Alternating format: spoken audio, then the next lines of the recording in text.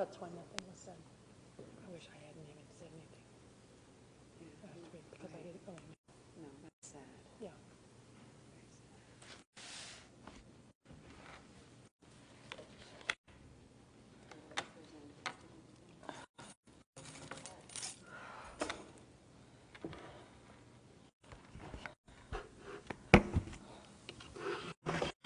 So hard.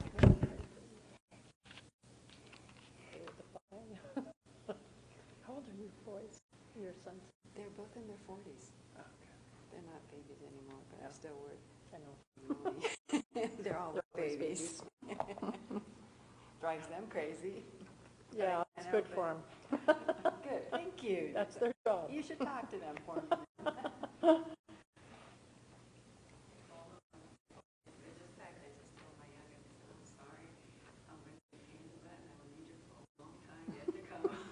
Have you ever seen that book?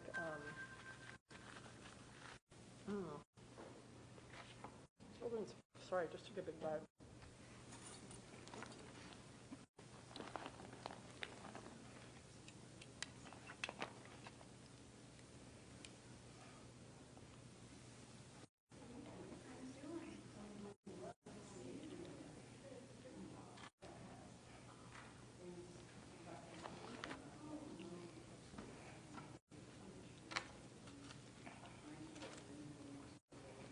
What was the book you were reading? It's a children's book. Forever. Where it starts out with the mom reading the book to the son, and by the end, the son is reading the book to the mom. Have you seen that book? Yes, I have. What's the name of that? I With know, the but he toilet crawls paper. into the window. I remember I found- read that book years ago, and I started crying. I was can't reading read it now, without and I crying. can Yeah. falling into the window. You should buy one of those and give it to your sons and Yes. say, Oh my okay, God, I forgot about it. remember, and someday you're going to have to read this to me. God, that's perfect. I think I selectively forgot that one because it made me cry. It does make me cry too. Thank you for reading Yeah. about that. Hey, Hello, how you doing? good. Good evening. So, member Sierra, are you back in the cold country? I am. And it is cold. I'm tired of it.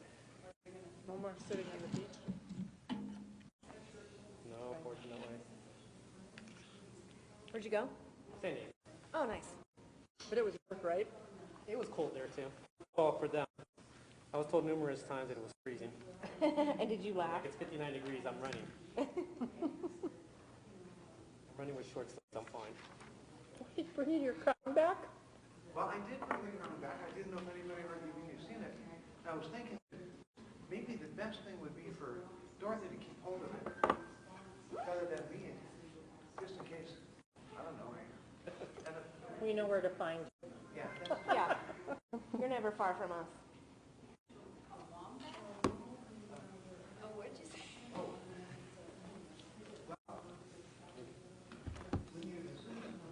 Evening.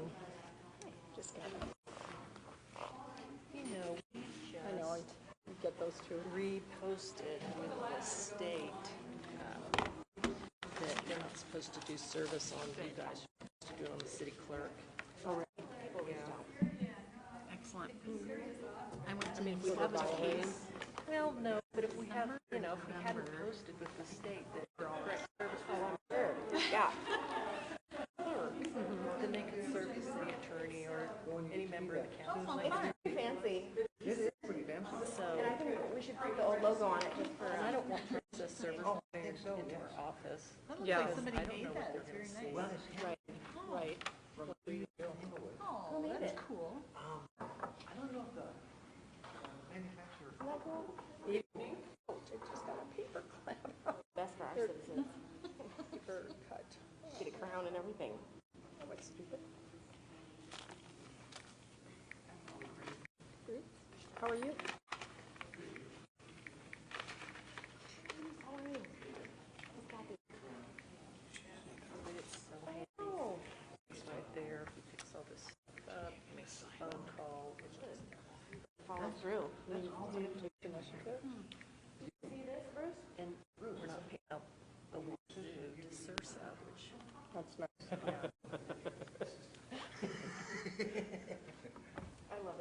Oh, it's really neat. Bruce, how you doing? I think you'd be here tonight. Should be here.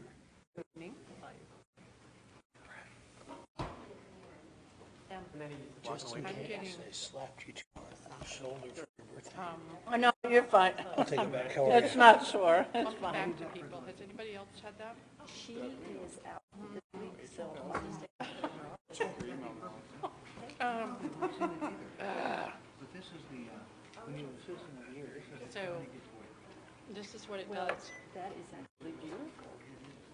And I have 2 or 3 people that has, that are like replying to my email.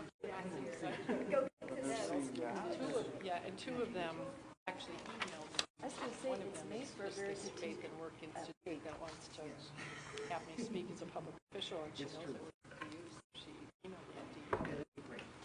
She said, I'm getting everything bumping back. But it's correct, isn't it? Yeah, I know where to check for that. obliged to you.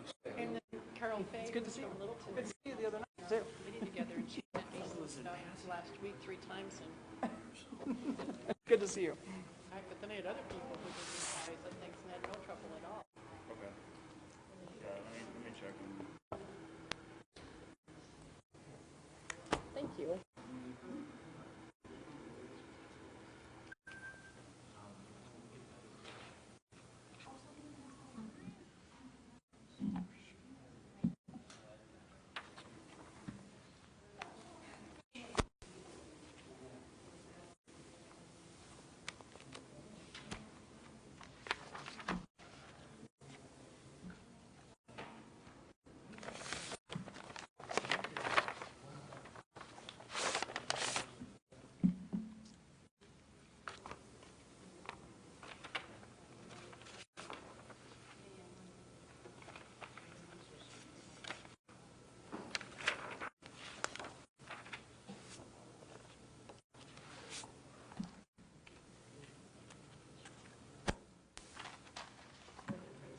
Gets to the next thing in a Cigna valued at $300.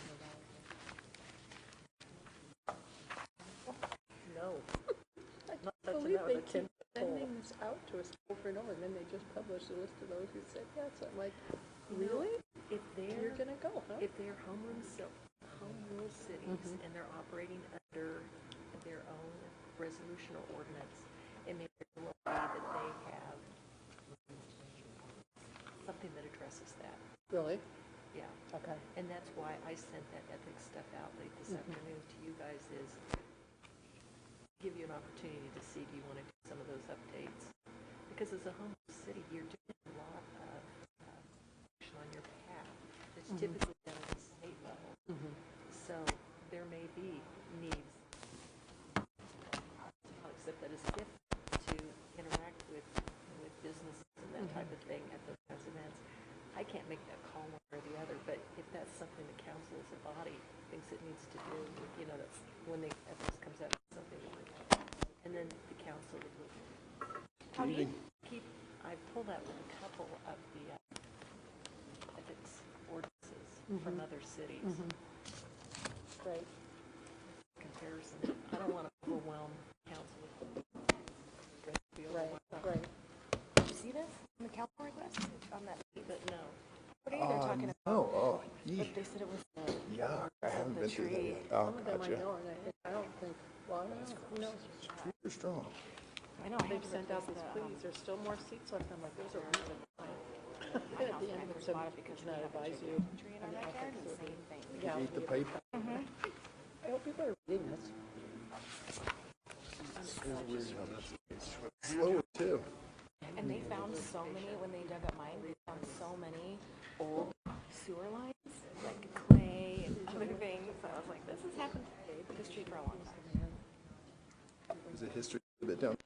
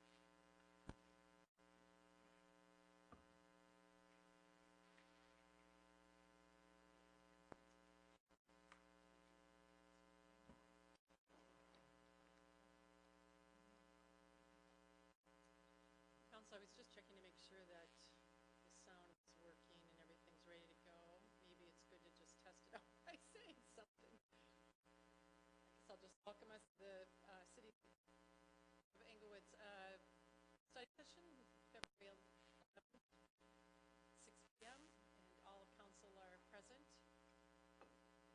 Hopefully everyone can hear.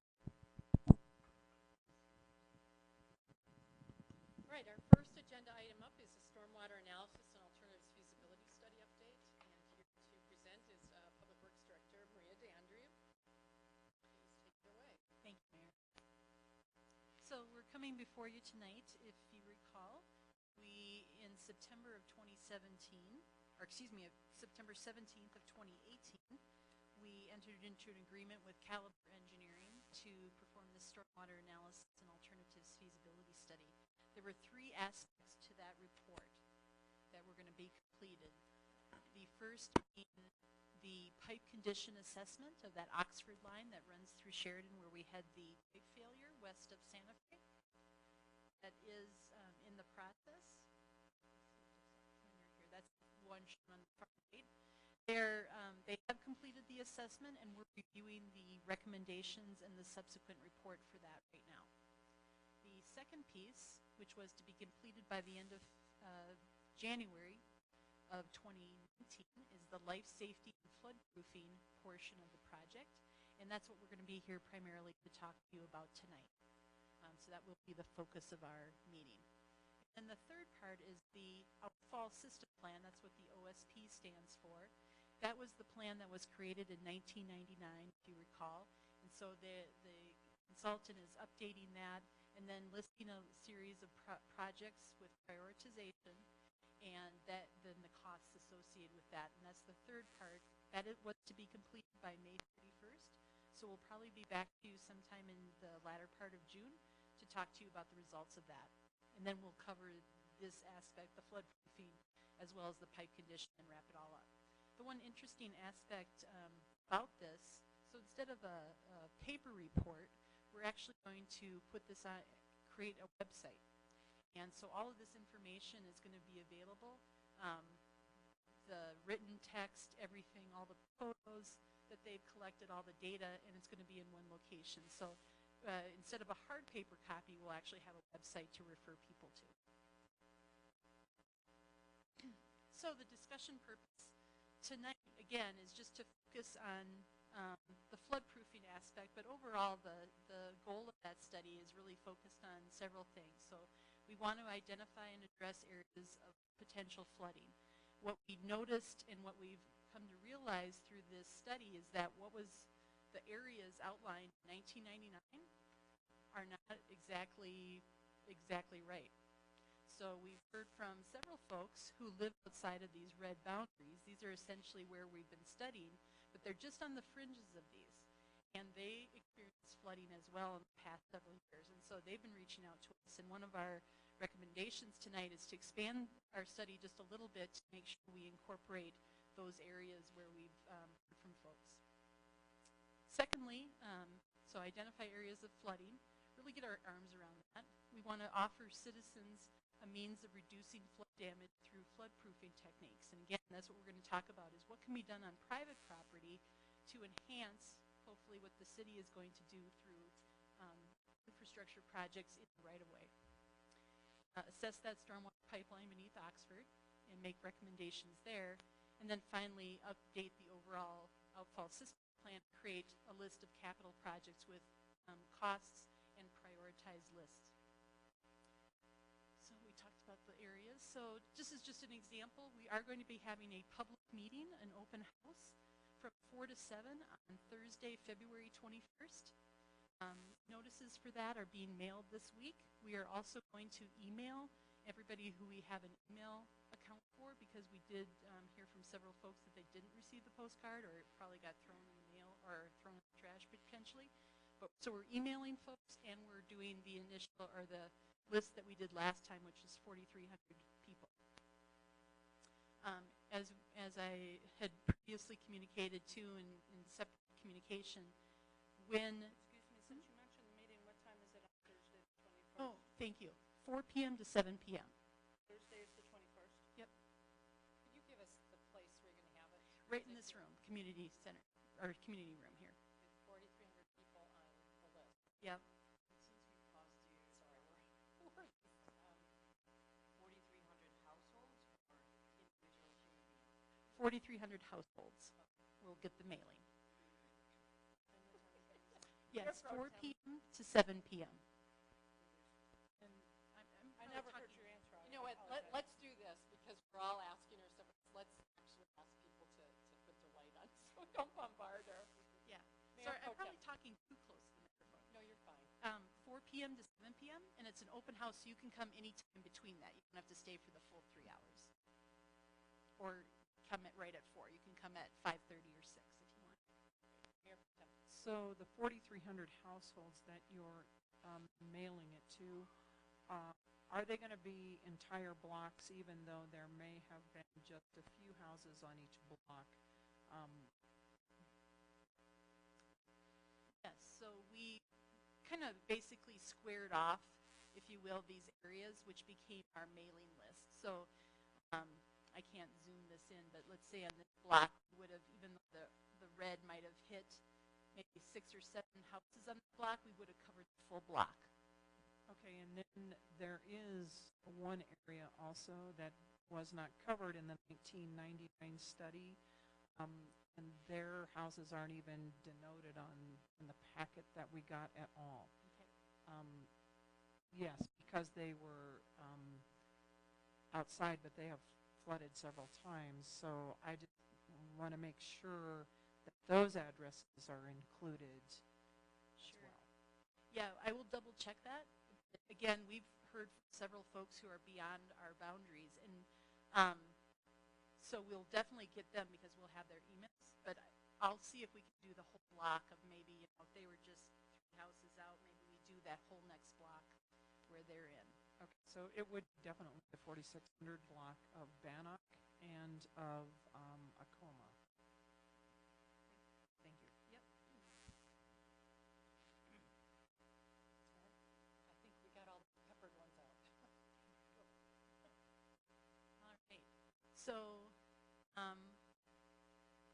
yes, I lost my train of thought. So, public open house, you can arrive anytime between 4 and 7, and you don't need to stay for the entire time. And basically, we'll have stations set up with city staff and staff from Caliber to talk one-on-one with folks about their particular property, what they might be able to do.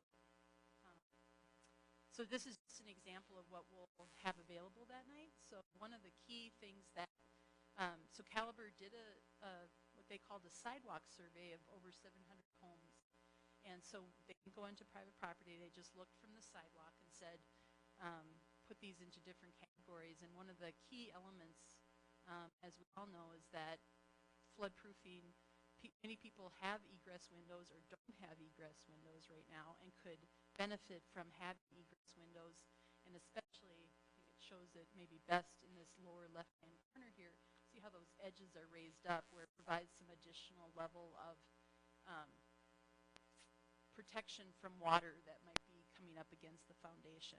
The other key element that they saw in talking with folks is that even when people might have an egress window, it's not sealed properly for water. So it does take a special window to be able to both access it as well as protect it from if you did happen to get water down this way.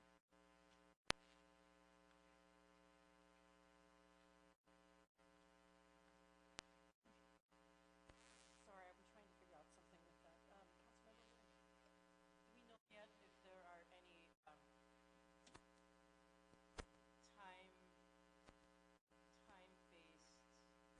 building specifications that show us differences in these egress types? So I know what year my house was built, and I can identify one of these. But are we at the point where we know that a certain time frame lended itself or to a certain type of, maybe the windows are adequate and there's a barrier, there's this and that in the egress currently there, but perhaps we know that there's documented waterproof windows more. Do we know anything like that yet? Yeah, we'd have to do, probably have to do some more in-depth investigation into your particular property. So again, they didn't get right up close to anybody's, and we have to almost go back to the building records to see what year that was installed. So I would say, I mean, it's more for theirs than mine. sure, yeah. So I think it's going to be more of a case by case, but you know, in general, probably anything earlier than the 1980s was probably going to need to be looked at. And maybe even later, I'll have to ask Caliber that question. All right, so this is just an example of some of the things we'd be talking with them about. I did the full presentation as an attachment to the packet of some other options that we considered. So they looked at those properties from two perspectives. One from a property risk, meaning that there was a danger of the property being flooded. And then they also looked at it from a life safety perspective, meaning that there's the potential for loss of life.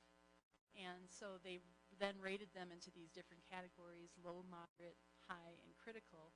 And the critical ones, just as an example, are considered if the basement didn't have egress windows and was subject to full inundation of floodwaters, and the only means of escape was a doorway from the outside deck going down to that lower level.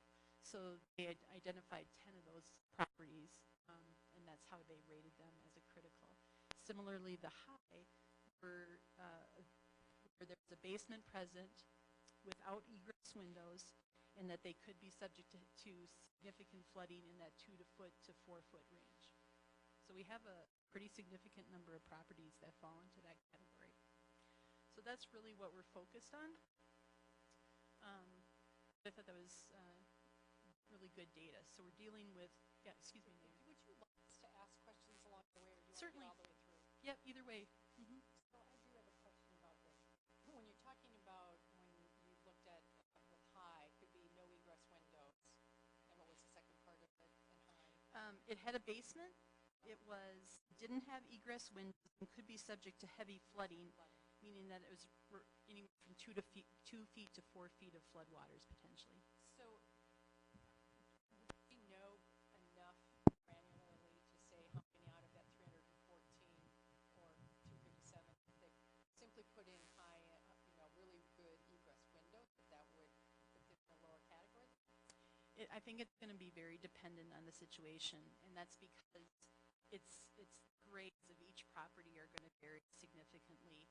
And I think that's where in talking with Caliber, it really is going to take a lot of these one-on-one conversations to figure out, is floodproofing even an option for some of these? If they're significantly lower than, say, the house, or excuse me, the road, maybe floodproofing isn't even an option because they're just in such a way that their property is at a different grade. So it's hard to say that, yes, X number is going to be solved by doing floodproofing. That's why there's such the range later on in the funding. Correct. Mayor Pro Tem. Another concern that I had when I was reading this is, what if one neighbor decides they're going to do some of these floodproofing ideas around their house, like, the walls or whatever, and the next neighbor isn't? It could make the flooding worse for the people next to them. And so we need to address that also, because there will be people that can't afford to do anything. Sure. That's an excellent point. The state statute requires that if your property, let's say is accepting historical drainage, you can't block that or make it negatively impact somebody else. And so it would be the same thing where we'd look at, they can't just put up a barrier and have the water, oh great, my house is protected, but now I'm putting it on my neighbor who's only 10 feet away from me. So in some cases, Caliber is recommending that people work together, and maybe they can do the floodproofing, but then they create, a slight swale, let's say, graded out to the front of the street so that you're almost creating this V between the houses so that you have somewhere for the water to go, if that makes sense. But again, it's going to be very case dependent, and we want to encourage neighbors to work together because it's those side yards probably that are going to be impacted impacted significantly. Councilmember Barrington has a question. First of all, everybody was calling it Calibre. What is it now? They pronounce it caliber. Okay, well, with that then, because I was like, I think I'm the one who set that up. I said calibre the first night, I don't think so. and then everyone started, from you all, started saying caliber, but I should have interrupted and said, I think they say it caliber. Go ahead. On the meeting, I heard, I got a little bit of pushback on the meeting, and this kind of style has a tendency to cause a little bit of communication problems. That they would like it to be more of a town hall so that people know the other questions that are being asked, hear the answers that are given to other people, so that there are a consistency of, if somebody said, no, they told me ABC, and they go, no, they said DEF. And if everybody's together, I think you have a little bit more consistency of communication, that if there's anybody hearing it wrong, that it can be vetted or cleared up a little easier at the time, instead of having the telephone tag thing going on. And so I would like to consider at least a portion of the meeting be a little bit more town hall. If you continue to do it this way, are we going to get all of the documented for the questions and answers? Yeah. And from the surveys that they did, if we're going to get to see all of that. Sure. We did attach the results of the survey to a council communication last week or the week before. But But the comments, that's why I'm asking, whether the full comments that people wrote, are we going to make that public? certainly that'll be part of the report. We'll redact the personal information, but it will be as part of the report. Okay. And then the egress windows, so that's where you're at, is your presentation here.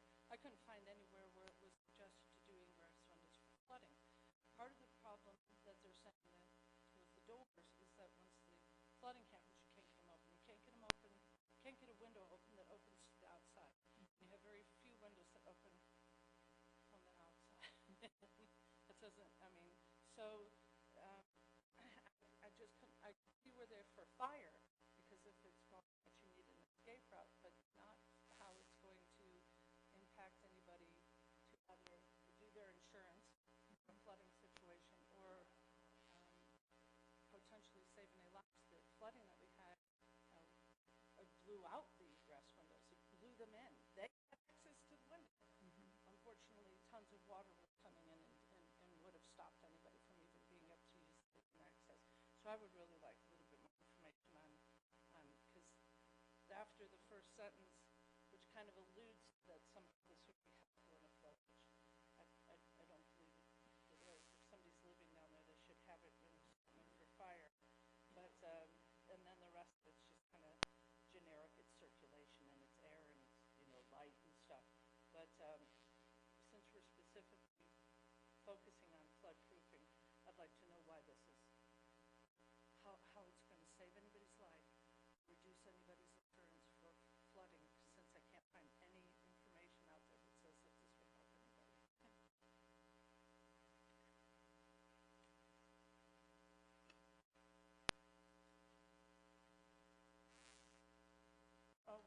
One more that you've already passed by.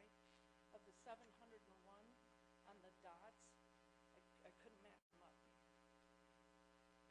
Okay. Of the 701, you've got, if you want to go back to that. Here, I'll jump in here if you want, where the dots are. Right there. Oops.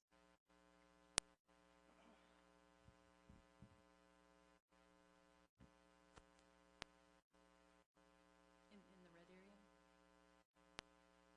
So now go back to your dots.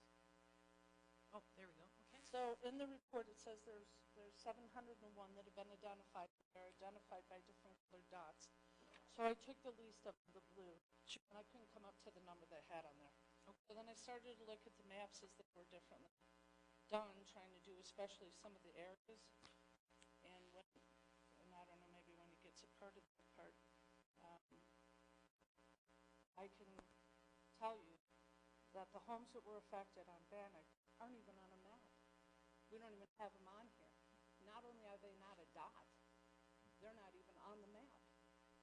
The alley for Acoma going to Bannock for that area, I think, is identified, but those homes that were on Bannock were affected as part of the flood aren't even in this study. So I guess what would make it a little easier, just in case the dots aren't right and the maps aren't right, is if we could get to 701 addresses. Okay. Yeah, if you refer to in the packet, it's sheet SB1. There were homes located along Acoma where there were 3 critical dots. Where Rachel's home was? Yes. Is on there. Yeah. The house next to it's on there. The house next to it that was demolished, not even a dot. Okay. The house behind there on Bannock, the 4 homes behind there on Bannock. All you see that the alley behind Rachel's house, where we had the Yep, fatality. and SB1. And then Bannock is not there. Okay. And then I scored the rest of the maps to see maybe if it just got cut off at that point. Those homes on Bannock that were severely affected by this, can't find them were on this report.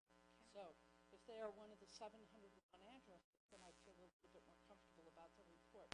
If they're not even one of the 701 addresses, then I kind of have a concern about the report. But you're also saying that when you added up the blue dots, that they didn't add up to...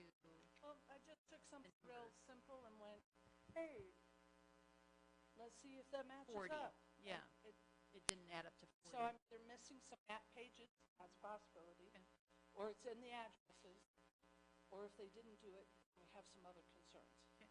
Thanks.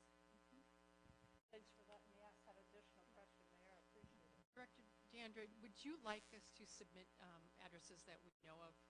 That That would we be don't great. know for sure. I can't tell on some of these. I do know of Bannock ones that it did not appear as though they were on this. Yep. Maybe others. I mean, I know there's some in District 1. Should we just email those to you? Please, Okay, yes, great. and we'll make sure that they get a postcard at the very least and to be invited to the meeting, and we can reach out to them separately as well. Councilmember Wink. Thanks.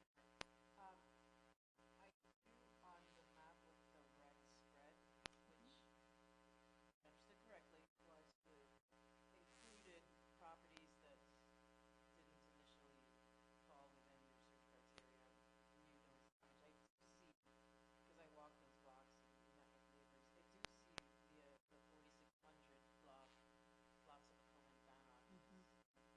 Mayor Pro Tem mentioned, I just enlarged quite a bit, and I do see those areas in your red spread area. So that's good to see. You do have that. Are you talking about this one? For clarification.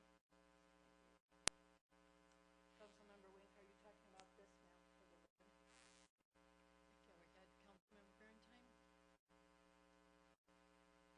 Councilmember Wink. Thank you, Mayor. That was all. Okay. Point of information. Were you talking about this one? Thank you very much. I appreciate that, Councilmember Wink. Bannock is in this one, but it's not necessarily in some of the others with the dots. Correct. So, excuse me, so I'll have to double check those properties, but please do send me, if you've contacted anybody or if anyone's contacted you with addresses, even if we're already have been in contact with them, let's try and get our arms around everyone who may have had issues. Councilmember Sierra. Well, I was just going to say, I won't be able to provide the addresses, but everything along the Dry Gulch, I'm sure that we have the addresses for them because residents of Brown, the Dry Gulch, have received mailings from the city. But, I'll see what I can dig up though.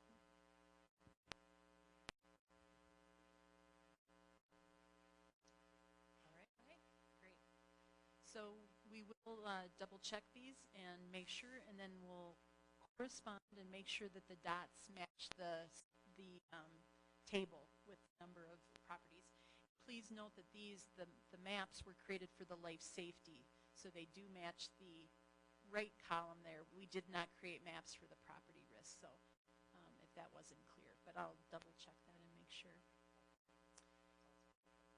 So, estimated cost to floodproof. So, we are proposing that if council wishes to consider doing any kind of work or assisting property owners with floodproofing, that this would be in addition to any of the capital projects that we would consider in June. So this, some of the concern has been expressed from residents that this is an alternative to the projects. It's not. We are still moving forward with that analysis. It takes more time. We anticipated that it would take through May to do that full analysis, and we still intend to bring back to you projects.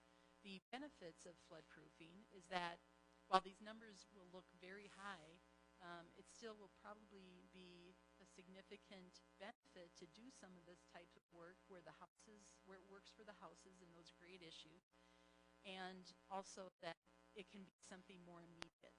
So if you recall, people are justifiably concerned that we're going into the spring season and summer season where we're going to get more rainstorms, and people are concerned and nervous about that.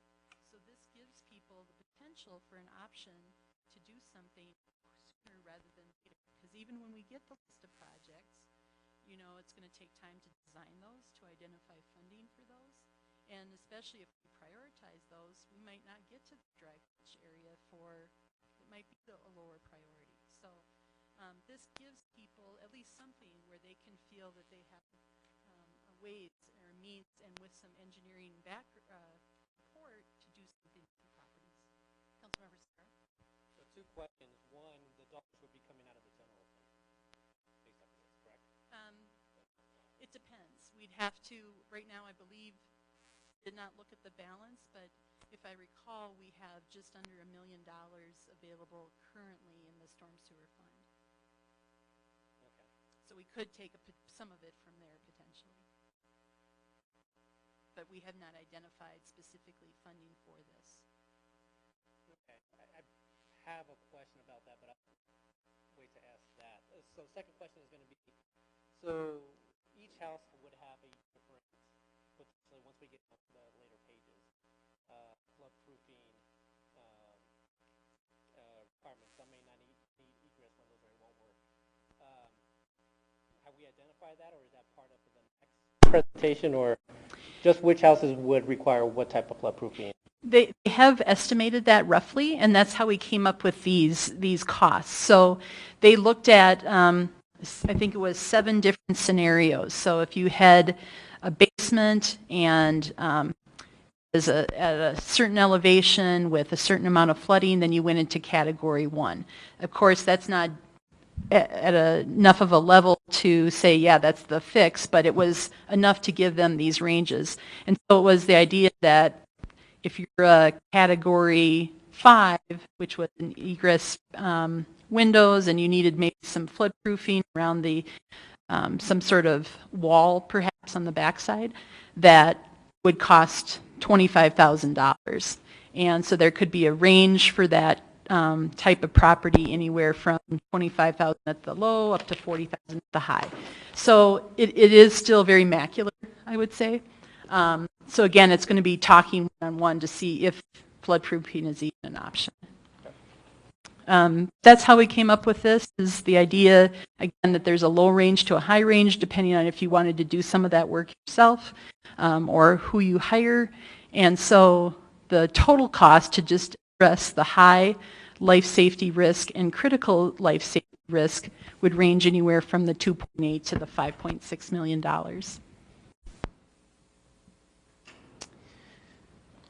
Councilmember Valentine. I need to clarify was the study only done in the red areas for what Councilmember Wing brought up?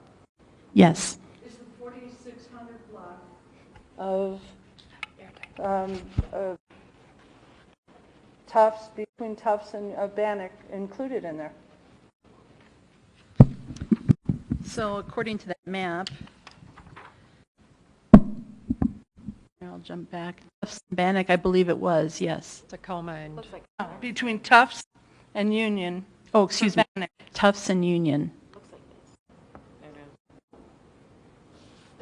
this. Excuse me, right down here. Yes. Okay, then I appreciate the clarification, but then that's why I am very concerned that that street wasn't included in there. That there were homes that flooded, were demolished, and if one was rebuilt and is not even identified on on this map. So you will still provide those 701 addresses to us, right? Absolutely, and that's a question I have as well. So it's definitely within the study area. Why it didn't receive dots is a question I'll have to follow up on. All right, because I thought maybe that somehow, I answered why it wasn't on there, but it didn't. Thanks for Yeah. clearing that up. Okay.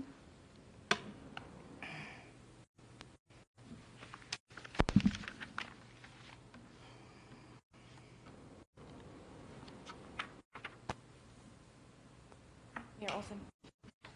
Oh, Councilmember Martinez. Did we not estimate the mid and low level improvements? We did. I focused on the presentation, just on the critical and high. Okay. So that's an excellent point is, I'll jump ahead here a little bit. So what I'm calling it is an optional flood-proofing grant program. So we talked, I believe, using some of some of the reappropriation money, the money that we have available to possibly fund this, but it is optional. And so one option, we could come up with a million different scenarios of how much the city might want to participate at a level at.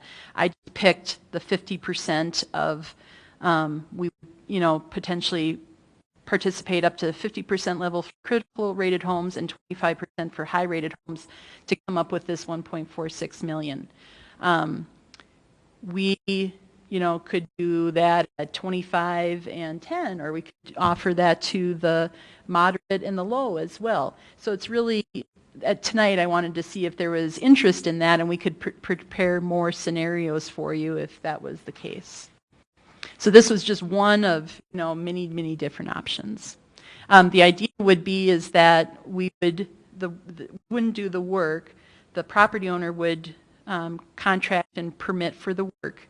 And then they would turn in their bills, we'd go and inspect it and refund them up to a certain point. So they'd have to upfront all the costs, and then we would reimburse them afterwards.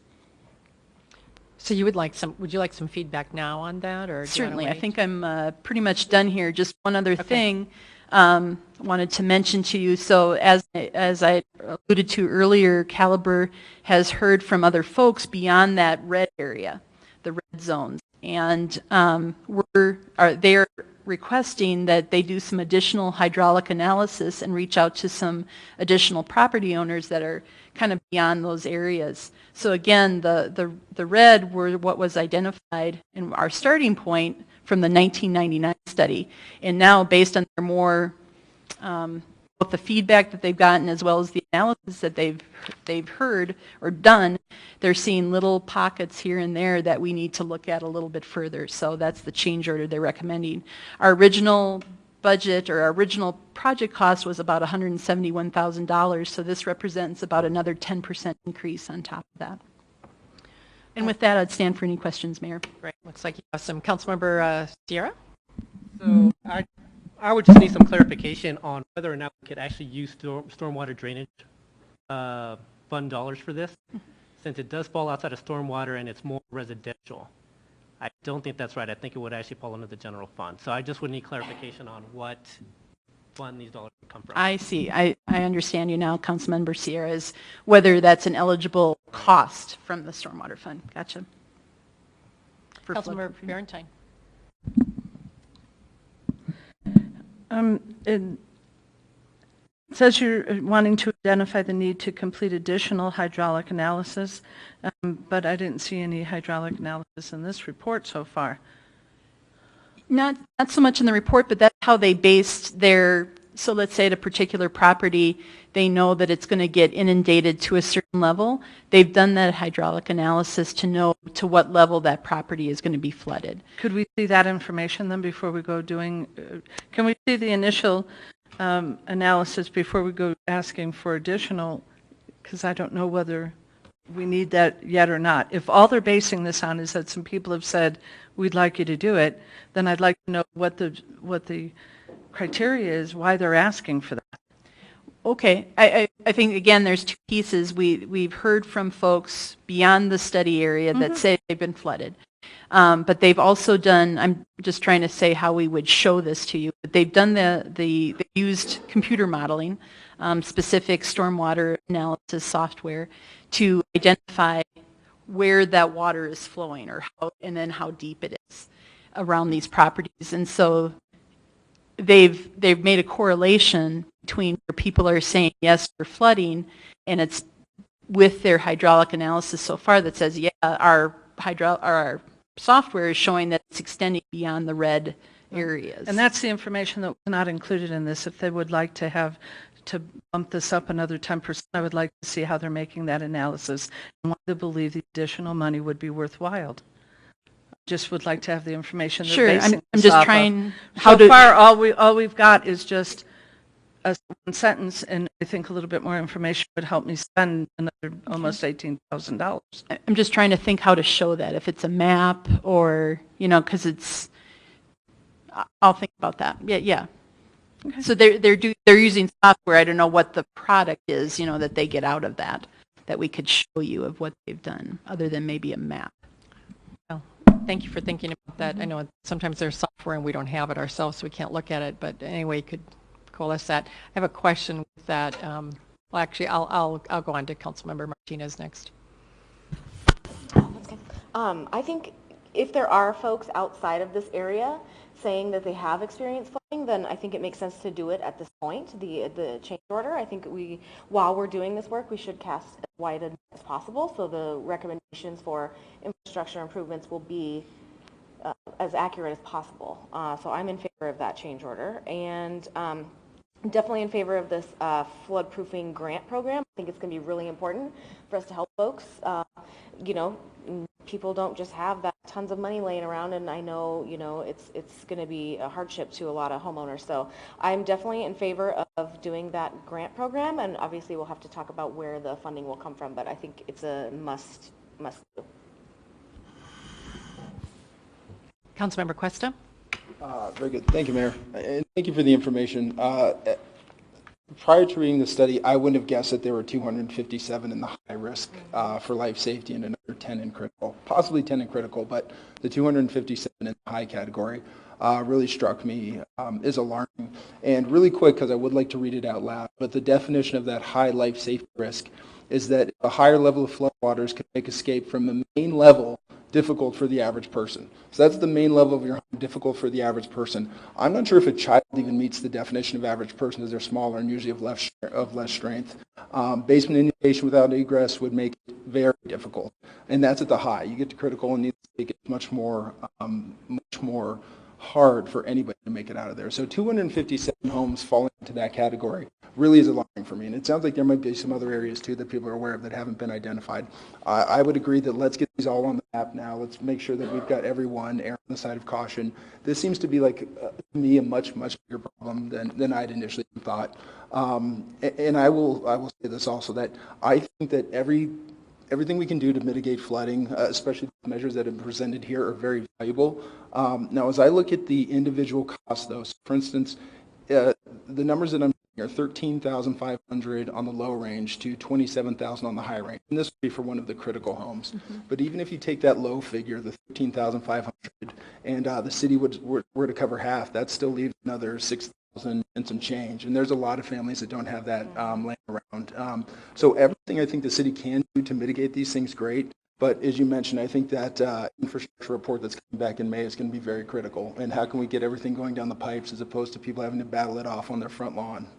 But again, I think this is really eye-opening for me. I appreciate it. And, I think a lot of work for us to do and things to figure out.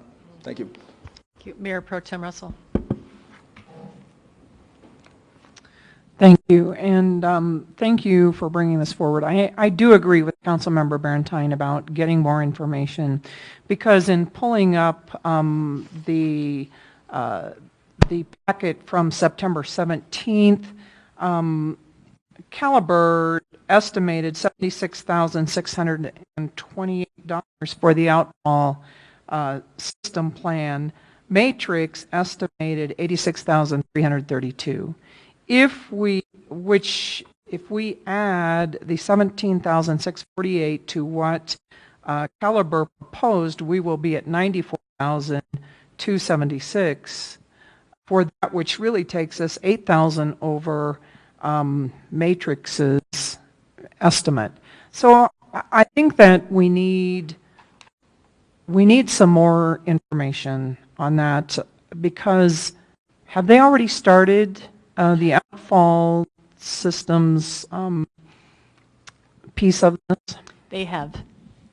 Because the stormwater modeling that I mentioned with the software, which is the basis for determining the critical versus high versus moderate, is a key element of that.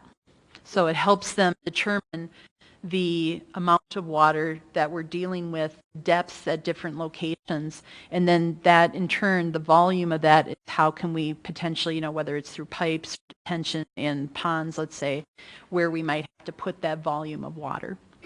Right. Okay. I would like more information there. Also, I agree with Councilmember Martinez and Councilmember Cuesta. I mean, even just visiting people's homes when the flood occurred, it was so overwhelming. And it was the first time I realized there was a major problem, but in talking to people that I know have lived here since the 1950s, it really has been a problem clear back then. So one of my biggest concerns is we are going to need to address the infrastructure of this city. I believe it's important. We don't have a whole boatload of money laying around either, without raising taxes or doing something. So I'm looking forward to the prioritization piece.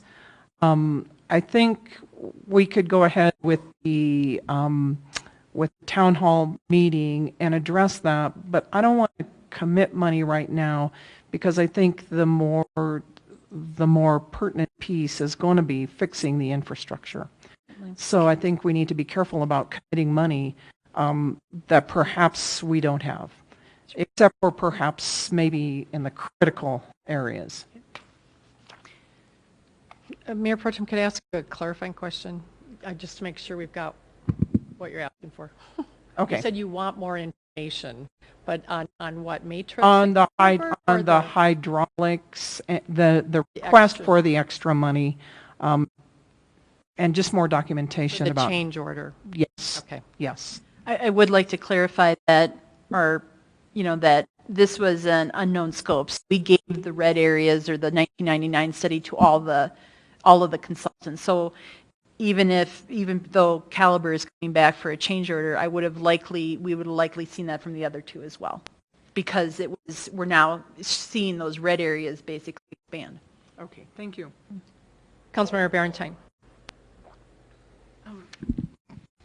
But a lot of, the reasoning for this was because of where we had the flooding as well. So they already knew that. They already know where some critical areas were.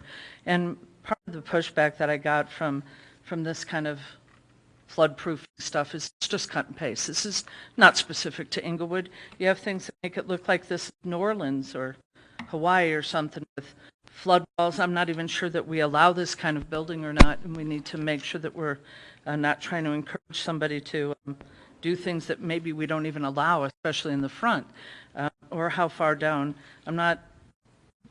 They came back and said this looks like they cut and pasted it.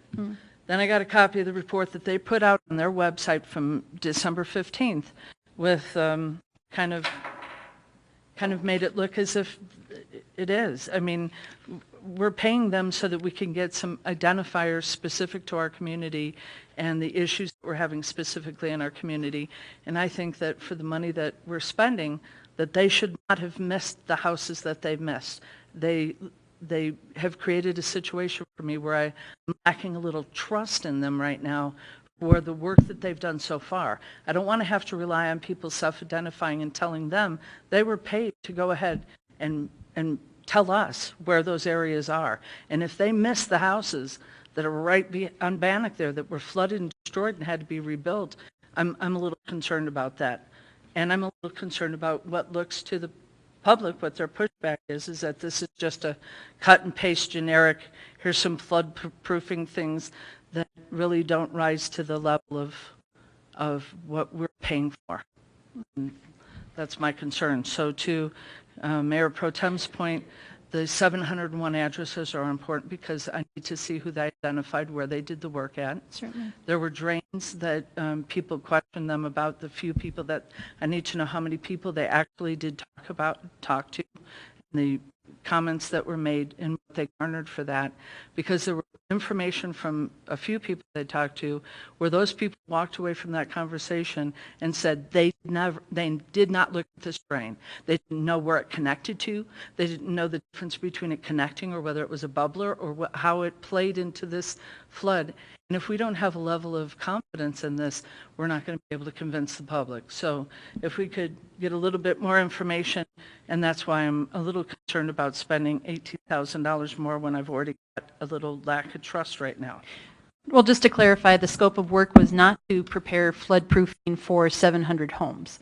So the intent, the scope of work was to do the sidewalk survey for the properties that were considered.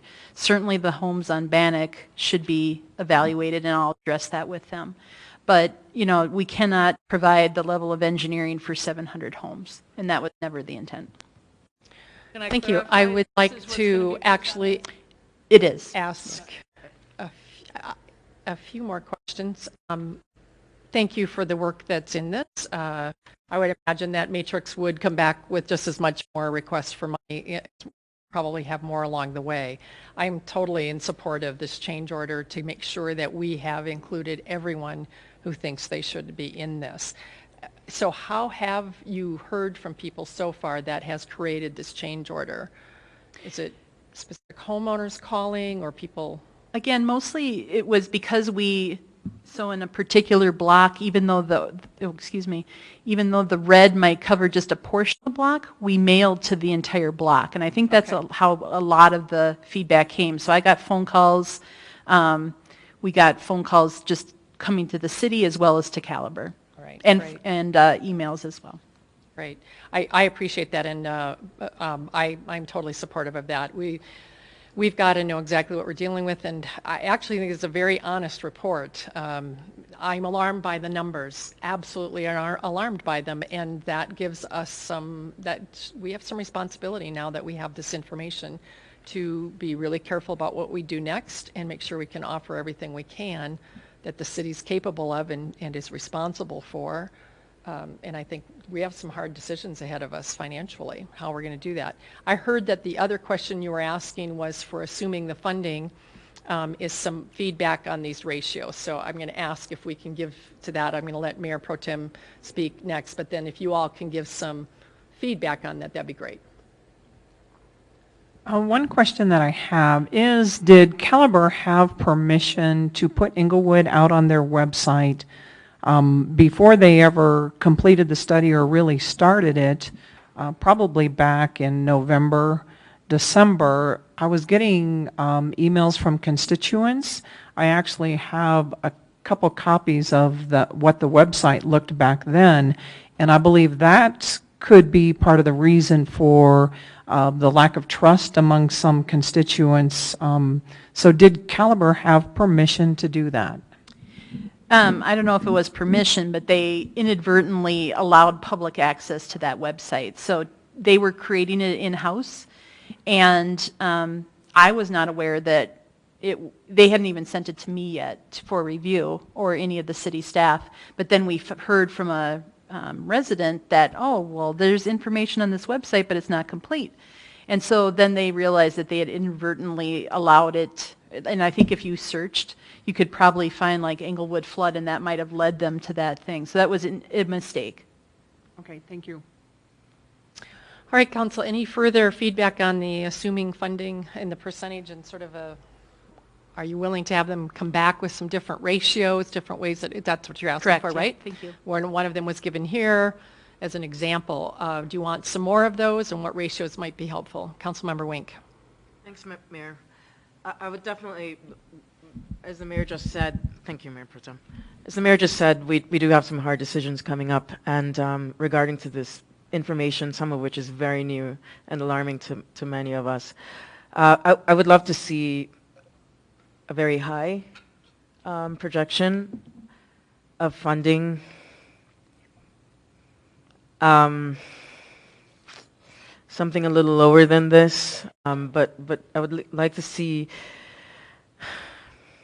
I would like to at least have discussions about, more importantly, the something higher than what we have listed here, just so we can discuss it. Safety of our citizens is paramount. So let's see what that might look like in terms of dollars, so we have more concrete ideas in terms of how we can move some funding around in the next months to do what we can to support citizens. I think this is a very fair start. I appreciate seeing this. I have some thoughts about this, but I'd definitely like to see something higher, if that helps. Thank you. Others? Councilmember Cuesta? Why don't I just make a round robin? You bet. So 146 is the number that's projected here, and that's based upon 50% cost cover for those critical homes, 25% for high rated.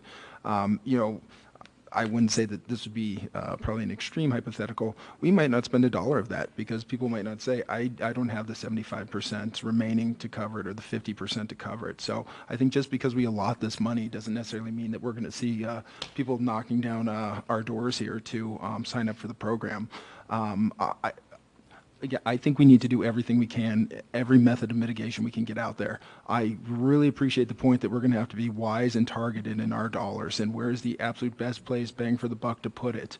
I would actually like just a bit more time to think about this one in particular. If there's more information that's needed, that's great. I'd like to digest a bit more.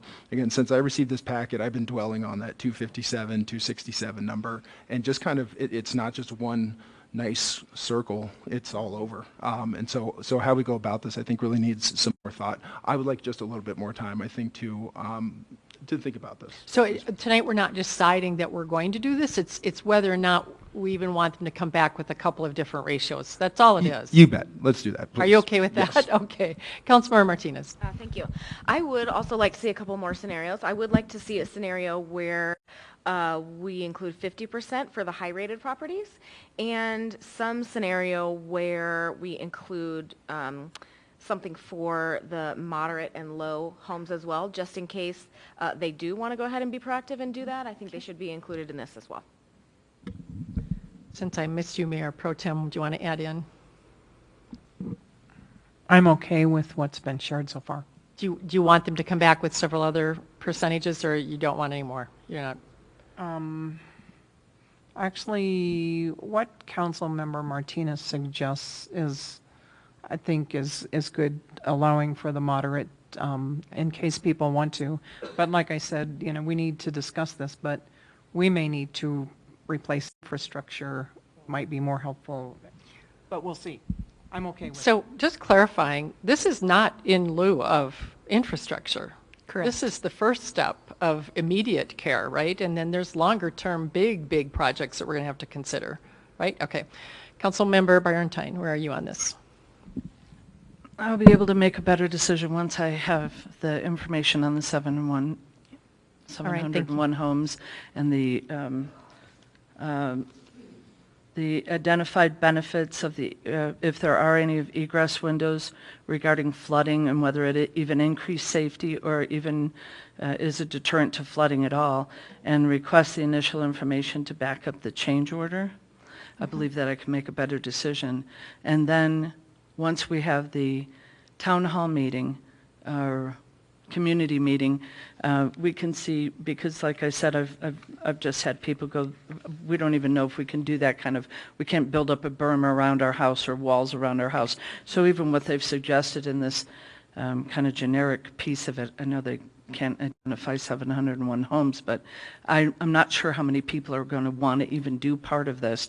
Once we do money, it will have to be identified specifically for that home and what they can do. So I would like to see how many people are even interested in kind of doing this, and maybe we could revamp it if there's actually something that can be done versus things that we can't do in this community. We might want to revamp those numbers on even what areas could do those. Once I have that information, I think I'll be able to make a better assessment on how to best spend our money. Thank you, Councilmember Sierra. Well, first, I think that we're going to need updated numbers because there's going to be a lot more properties along the dry gulch that are going to be considered high risk, maybe even critical risk. So I like the focus to be there in terms of just the numbers. At the same percentages, I think is fine. All right. Do you have enough to go on? Great. Yes, appreciate your time. Thank you. Thank you. Thank you so much. All right. Next, we're ahead of ourselves. Well, do you all mind keeping on going, or do you want to take a break? You want a break? All right. If one needs a break, we all take a break. Take a little 5-minute break.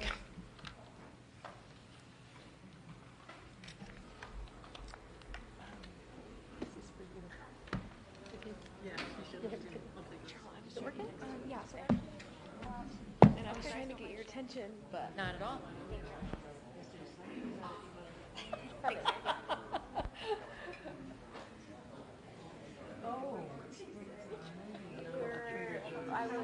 I was turning left. We were both turning left front. We were on Broadway turning left. Gold star, by the way. You get a gold star for light usage. Like, you and Maria were like, that's how it's supposed to be. You're supposed to be able to hear everyone. So yes, and I know it's a pain. Especially we're gonna get these like gooseneck ones that are like, it'll be like, think of like a puck. Yeah, it'll have a nice like long neck, so then you can actually have your stuff here. And it's gonna open. Yeah. Yeah, it is. It's just, well, we're trying to figure out, that's what we're swapping these pucks out. You're doing an awesome job. Appreciate that.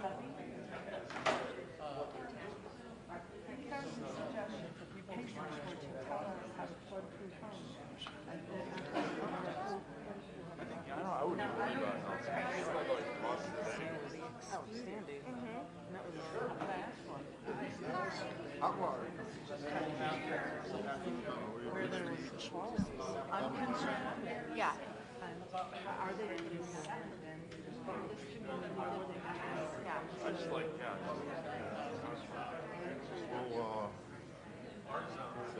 You're kidding? I haven't seen it yet.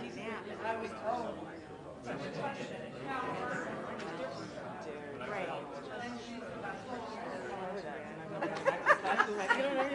This is not good. Yeah.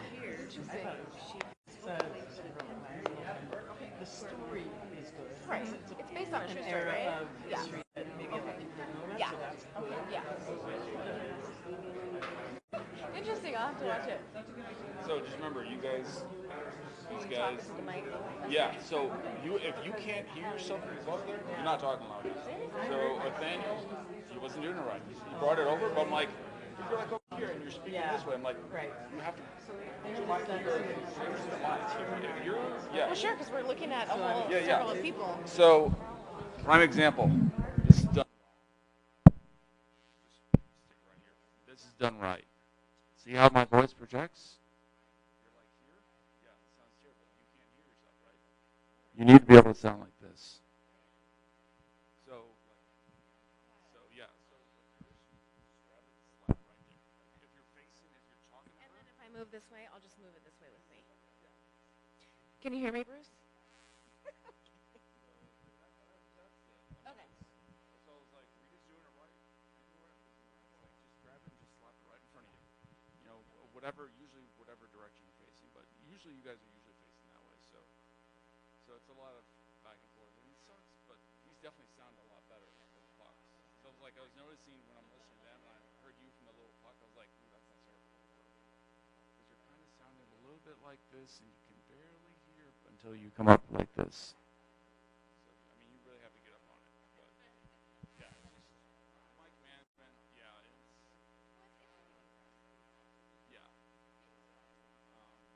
it's just knowing that, but usually it's just be conscious of how you're sounding above. If you can't hear yourself, is that just moving a little closer.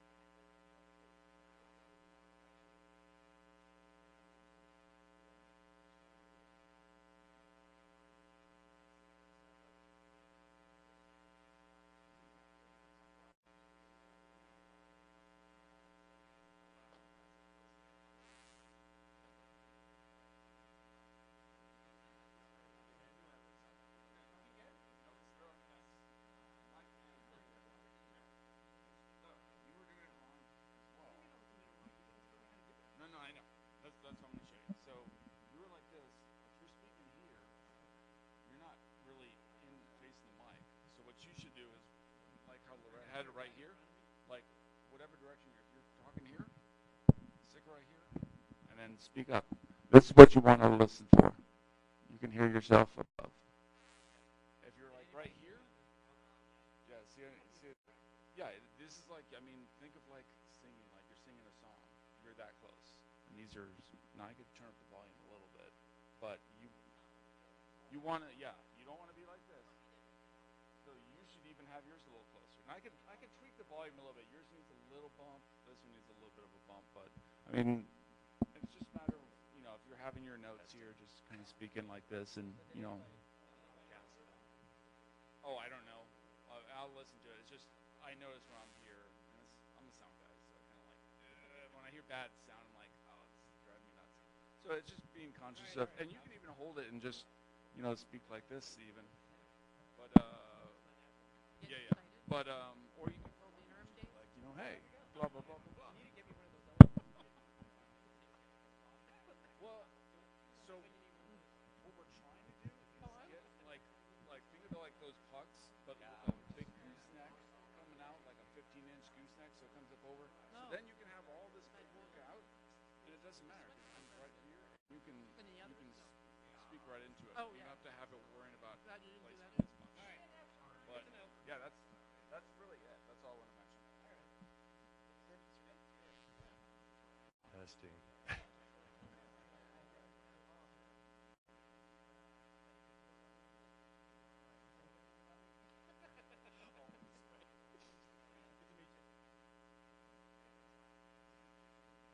All right. Anybody know where Mayor Protem is? Oh, she is.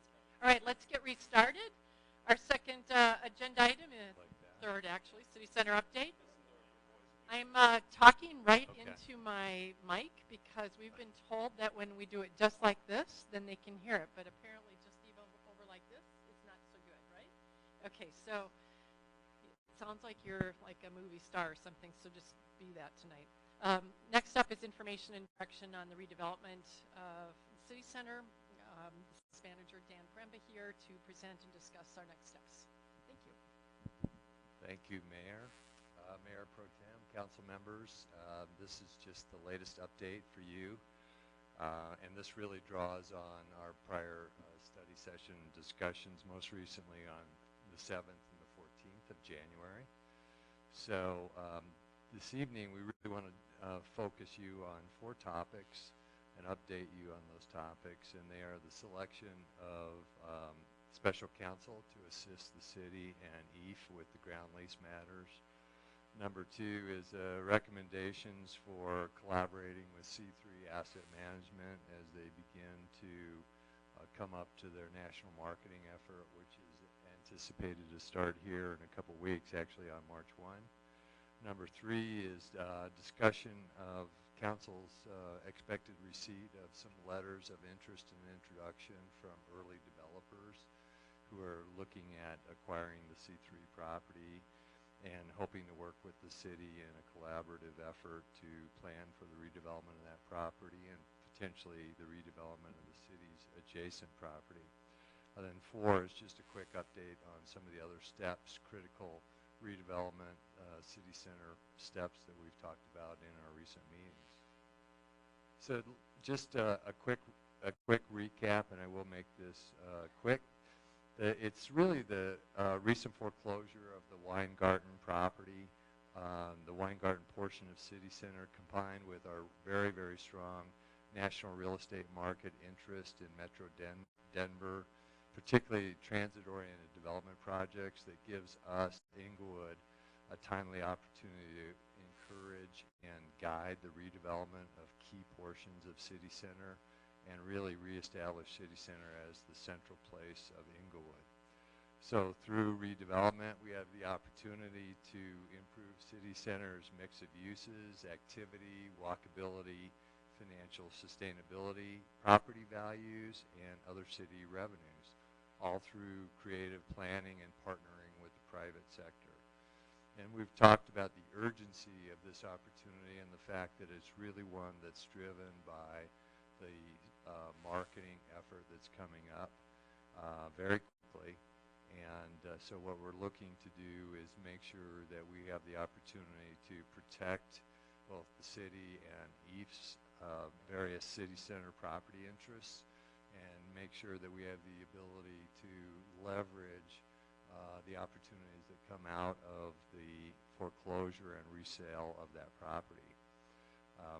I think it is worth mentioning, you've heard me say this before, that the city center redevelopment and revitalization has been well documented in a number of recent planning efforts by the city, including the comp plan and significantly 2 recent ULI studies. As you may recall, the ULI is really the premier industry association of the real estate redevelopment industry.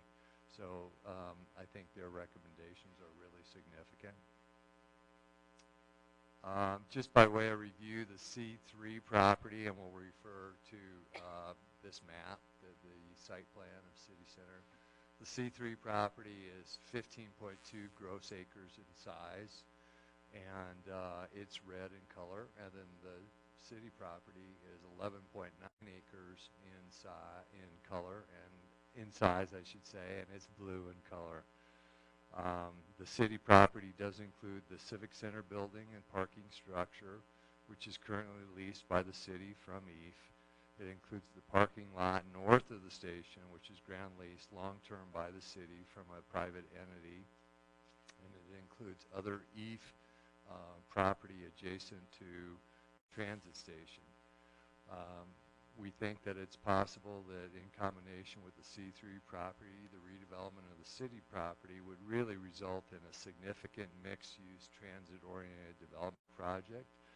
And additional uses would include hotel, office, multifamily, and smaller format updated retail. So as I've mentioned previously, these types of projects, TOD location projects within Metro Denver, are just attracting a tremendous amount of interest in the real estate market internationally right now. So we really have kind of a sweet spot opportunity to leverage that interest. And that interest is coming not only from, not only from real estate developers, but increasingly from major employers who are looking at the Denver area and looking at establishing new major offices at transit stations. So this is a relatively recent development, I think can really benefit our efforts going forward. With regard to the special counsel, we discussed this in the 2 prior study sessions. At the January 7th session, we took your direction and went forward and issued an RFQ working with the city attorney's office. That was posted on January 10th. We got 4 very high quality qualifying proposals that were received. Those came from the firms of Kaplan, Kirsch, Rockwell, Brownstein, Hyatt, Farber, Schreck, Ballard, Spar, and Dorsey and Whitney. The RFQ is included in your council packet and the online agenda materials as well for this evening, together with the response from the selected firm for recommendation to council, and that is Kaplan, Kirsch, Rockwell. On Friday, February 1st, the EAF board reviewed and discussed the proposals relative to the 10 evaluation criteria that were laid out in the RFQ, including cost. And for recommendation to council, the board approved the selection of Kaplan, Kirsch, Rockwell and the preparation of a professional services agreement. The recommended firm had the highest total evaluation, including the lowest blended costs, and staff is expecting to present to you at next week's council meeting the contract for approval, and that's at the meeting on February 19th. Just by way of background, I might mention that Kaplan, Kirsch, Rockwell has excellent ground lease experience. Just by way of reference, they've worked on the Anschutz Medical Center. They're working currently for CU Boulder on a ground lease that's related to a new hotel and conference center. They did the ground lease work at Lowry Town Center and did a lot of the work at a major project at DIA. They also, interestingly enough, one of their key partners was involved with the Inglewood City Center ground lease here, where they actually represented Weingarten. That's a huge plus for us. The city attorney's office asked that they obtain a waiver of conflict, which has been obtained. Kaplan Kirsch has strong experience actually representing municipalities as special counsel on real estate matters. So they're very used to this role and the specifics that we have to deal with as a municipality. On public-private partnerships, they worked on Stapleton, Union Station, National Western Stock Show, and Pena Station Next, which is a transit-oriented project sponsored by the airport. So they're very, very well qualified. I think it's probably important just pointing out that the RFQ was specifically structured to make it very clear what City Council's role is in terms of working with council going forward. And that is, it was specifically outlined that Special Counsel's role is to advise City Council as it relates to the operations of an Envision project team. And then it was laid out the project team will achieve their responsibilities subject to direction from the City Council, and the City Council will make all decisions concerning the project. So that was made very clear to the candidates who were responding to the RFQ. At the February 1st meeting, the EAF Board also approved for recommendation to Council the payment of Special Counsel legal fees from the EAF's Central Cash Unrestricted Balance Account, which was approximately $374,000 as of December 31 last year. The budget for legal expenses will be formulated in more detail once the Special Counsel is on board and has a chance to really dive into the issues and estimate the time required on those issues going forward. We have specified a not to exceed budget number of $90,000 for the first year. You'll see that the contract is set up for a one-year period through the end of this year with a one-year renewal option at City Council's discretion.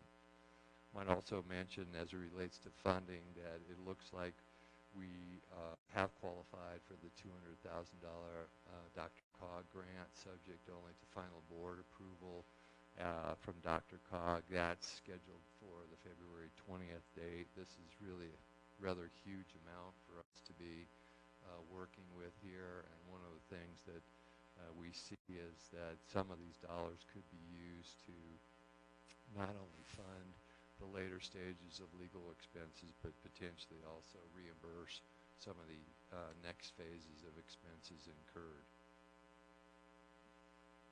So one of the other items we wanted to discuss with you, and then we'll circle back and get your feedback on, is our opportunities, Inglewood's opportunities to influence the selection of the C3 buyer audience, as well as the ultimate buyer selected by C3.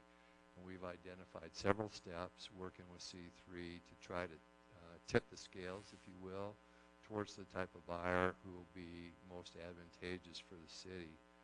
And we've talked a little bit about this before. We want a buyer as a city. We want to see a buyer who's interested in the redevelopment of that property, the revitalization of it, and making sure that it keeps producing in ways that are beneficial for the city.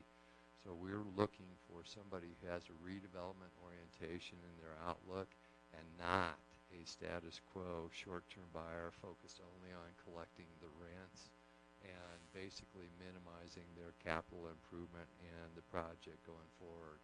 So it's really important that we take advantage of the opportunities we have to kind of influence the outcome here. And really the worst possible case is for us to end up with a buyer who just wants to continue to, in essence, milk the existing revenues while the appearance, quality of tenants, and level of activity continues to decline. So the measures that we have identified to influence this, first of all, we've requested from C3 repeatedly that they consider delaying the start of marketing, just even to give us an additional 30 days to all work together in ways that will tip the scale again. So far, they've really refused to do that, and I think one of the things we'll see happen once we have the special counsel on board is probably the drafting of a letter that puts them on notice about some of the city's concerns, and perhaps that's something that can ultimately leverage some additional time from C3. Even if we don't get that time, I think two items, and we'll be looking for your direction on these. Item number 2 is we'd like to be able to offer to C3 the inclusion of some very general statements from the city about the council's general willingness to approve or at least consider the extension and amendment of the ground lease to help facilitate the redevelopment of the C3 property. The inclusion of these types of statements will give a very broad national and even international audience a feeling about what potentially could be accomplished in terms of partnering with the city going forward. Again, this would be really subject to some qualifications about what the city would expect to see in return in terms of things like the economic benefits to the city. We would also like to propose the inclusion of broad statements that have to do with the redevelopment potential of the city's adjacent property. Again, that's the land in blue that you saw on the site plan. Very general statements about willingness to consider it and ability to put the red property and the blue property together to get to a size that's really meaningful, and that would be roughly about 27 gross acres. Again, this would come with a lot of qualifications about what the city would expect to see in return. We've talked about the fact that these two properties, for all the city's interests in them, are not generating any net revenues for the city besides normal sales and property taxes, and we think that there's a great opportunity here as a new revenue generator for the city. Finally, number 4, I had mentioned that we would expect to see a letter from the new special counsel to C3 outlining the city's concerns. And I think what happens with this letter is it really puts C3 on notice that they should disclose that to all their buyers. And so it lets the buyers really know, again, what the city's looking for and some of the concerns in that ground lease, which frankly was written in ways that it never contemplated redevelopment. And so just by virtue of that, there's a lot of gray area in that. And so one of the things we want to do is try to control the messaging about that gray area to the city's benefits. So I think we'll come back and ask for your direction on those 2 points. We should be there momentarily. With regard to developer letters of interest, we have been talking to some early developers who are expressing interest in both properties. We've done this on the basis that we think it's in the best interest of the city to do so, to have some independent conversations going with developers that are separate from those that might be generated by C3. And I think we will see some letters of interest and introduction from them. We've asked that they consider addressing those directly to City Council, and so what we'd like to do is work out a protocol by which those can be delivered to you for your consideration. And I think in this way you can be involved from day one in assessing the interests of these parties and also seeing what they're saying about the opportunity for redevelopment here at City Center. So we'll get some feedback from you on that, and I think work out the protocol in terms of the delivery of those letters to you. And then I think it might be appropriate for you to be thinking a bit about some study session or special meeting times when, I would expect it might be two or three such letters where you could actually take introductory sessions with some of these parties and get to know them, get to understand how they see the redevelopment opportunities at the property, and just start to assess not only the redevelopment, but potentially the qualifications of these firms. Then just a brief update on other tasks. We've continued to gather information on the unsolicited proposal policy that we've talked about. The thought here is that once the special counsel is on board, they'll take the lead in working with the city attorney to draft a proposed policy and ordinance for council's consideration. The ideal goal would be to have the policy approved by council during the marketing of the C3 property. This would then allow parties that are interested in the C3 property to potentially make direct proposals to the city about redevelopment of the adjacent city property, and the city could then consider what it would like to do with those proposals. And this would then necessitate or allow for some time savings, big time savings, as opposed to having a broad-based solicitation process. Special counsel will also review the city charter to determine if council may consider proposals without an unsolicited proposal policy. There may be enough of an urgency in the foreclosure resale itself that there may be some, a safe harbor exception in the city charter, which we frankly just don't know at this point. We've also started preparation of a developer request for proposals and initiated meetings with several real estate advisory and brokerage firms to assess their qualifications. Our goal would be to come back to you once we have specific recommendations to bring and a specific next step in terms of this selection process that we want to go through with the most qualified advisors and brokers. And with that, I just, subject to your direction, of course, but would suggest that we go back to the slide 9 and ask for your input as far as this idea of including general statements about council's willingness to consider amendment and extension of the ground lease, and also, again, just general statements about council's willingness to consider redevelopment proposals pertaining to the adjacent city property.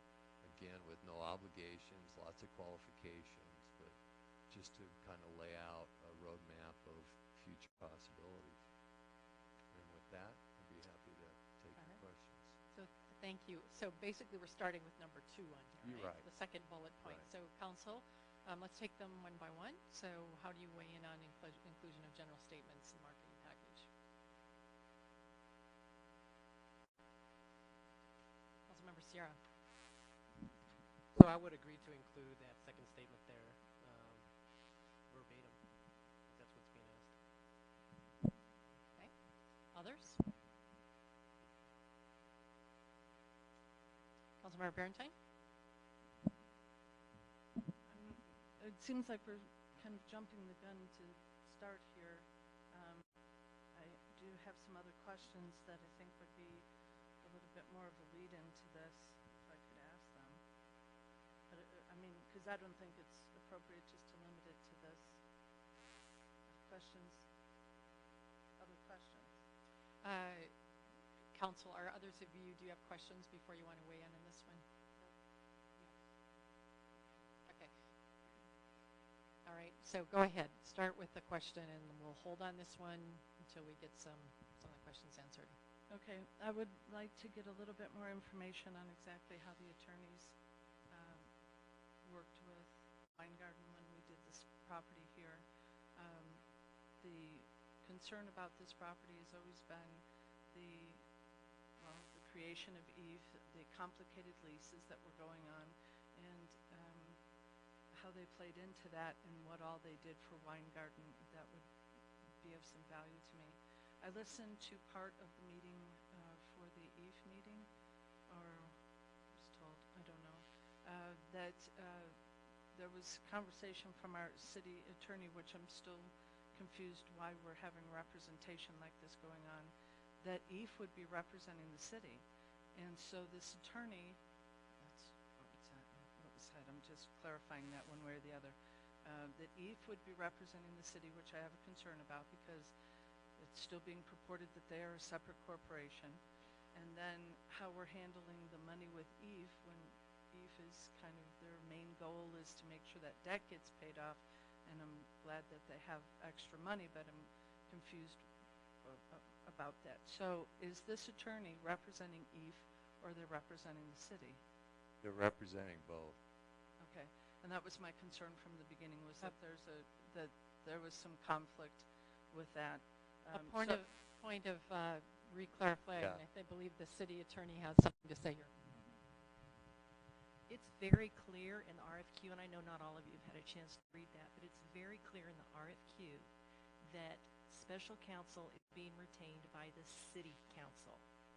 There is a project team that will be working with special counsel because you guys can't meet every single day to answer questions that might come up.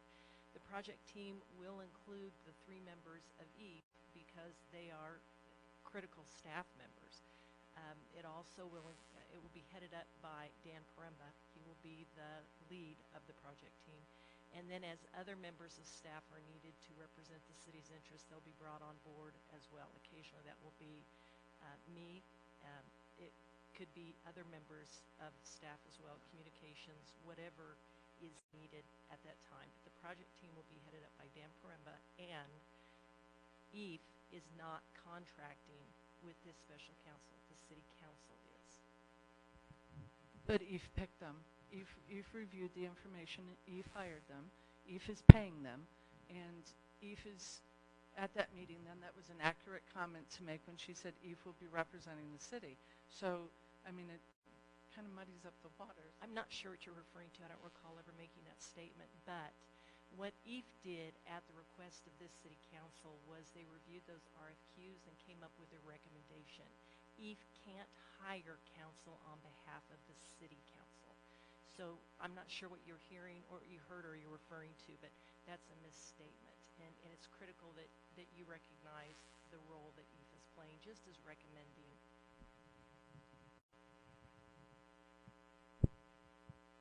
I'm just going off the comment that was made, but she's clarified that EAF, the people who sit on the EAF board will be representing the city. Okay, and the recommendation is coming forward. We're going to be making the decision on the attorney then. On the 19th. Okay. Next week. And my concern still sits that we have a bit of a conflict of interest. How are we picked? And who picked the team already? Or is that going to come back again to the city council? No, the team is headed up by Dan Paremba, and the 3 members of EAF are critical staff members for the city, so they will be playing a role. Then as other members of staff are needed on this project, they'll be brought in. So it's an undefined team, but it's those staff members that are needed at any one time. There may be times when they will ask me to come in and participate in some project, I don't know. There may be times when they'll ask our communications team. It's just where they need us to step in is where we'll be participating. The team, Is that the question you were asking? I was clarifying the comment that was made at EAF, and that's true. The EAF board will be representing the city in whatever critical employee capacity that they do, but they are also the board of EAF, and they're making the recommendation. They did the RFQ, and we have our city attorney sitting at that table, and I am concerned about the representation, and as I was before. So I'm glad you were able to clarify that. You might want to go back and listen to that. That's a statement that I heard, and that was somewhat concerning. The second part was the discussions. What people are hearing is a lot of ongoing discussions with developers and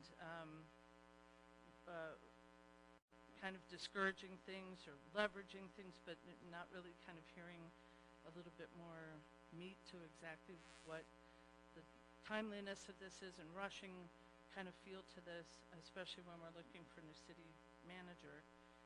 So the feel for this is that they realize there's ongoing discussions with the developers, but they don't see the discussion happening with the community, and that we're more interested in what they're willing to build than what this community might want. And when you're talking about putting parameters and some guidance in there, they'd like to have that heard, and that doesn't seem to be being built into this process, which is something that the council brought up. Councilwoman, that's sorry, that's go ahead. really not correct. What we're dealing with now is a very expedited process that results from a foreclosure. So we're going to have another party involved very intimately in a major piece of City Center very quickly. And all we're doing is trying to proactively make sure that the city's best interests are represented in that process. The outreach, public outreach, is something that we can ask that party to do. Whether they'll participate in that or not, we don't know. Every developer that we've had preliminary conversations with, as well as the firms that have done early phase work for us, we've emphasized the importance of public outreach. And even today I was talking to a firm about the need for that and the importance of getting it covered as early as possible. So we do recognize that. It's only in the context of what I believe you had put down, that it's seeming that it's kind of already being pushed, that it's going to be a significant mixed-use, transit-oriented development project involving additional uses such as hotel, office, residential, and smaller format retail, and I'm not sure whether that's what the community wants to see for this site or not. So in order for me to properly represent them, they have to be included. I appreciate your time, thanks. Well, certainly it's worthy noting that the PUD zoning that was put in place 20 years ago allows for some fairly incredible density here. So whether the public is involved in the C3 redevelopment planning or not, there's a good chance that density will occur because it's where the market is going. But by drawing them in and collaborating with them, I think we as the city have a much higher probability of collaborating and directing that kind of development than if we don't collaborate with them. So it's really, I think, much more consistent with what you'd like to see in terms of public input and outreach by going the route that we're going. Thank you. Mayor Pro Tem. I actually have some questions about conflict of interest for the council ourselves. In the RFQ, in the first statement about the objective, it says the City of Englewood, Colorado, and the Englewood Environmental Foundation, a tax-exempt political subdivision created by the City of Englewood under paragraph 170 of the IRS Code, are requesting responses from a suitably qualified and experienced legal professionals to advise the City Council and to provide support to a project team comprised of city staff members, representatives of EAF, and outside consultants, all concerning the critical legal discussions and tasks connected with the anticipated redevelopment. And I don't understand how everything works between us, but I thought that the city attorney was our advisor, and so why does the city council need to have special counsel, and why would the special counsel not only represent city council but also the city? I mean, there's a division of I don't know, powers or whatever, that I believe we could be crossing the line. If I'm wrong, would you correct me? Thank you, Mayor, for sharing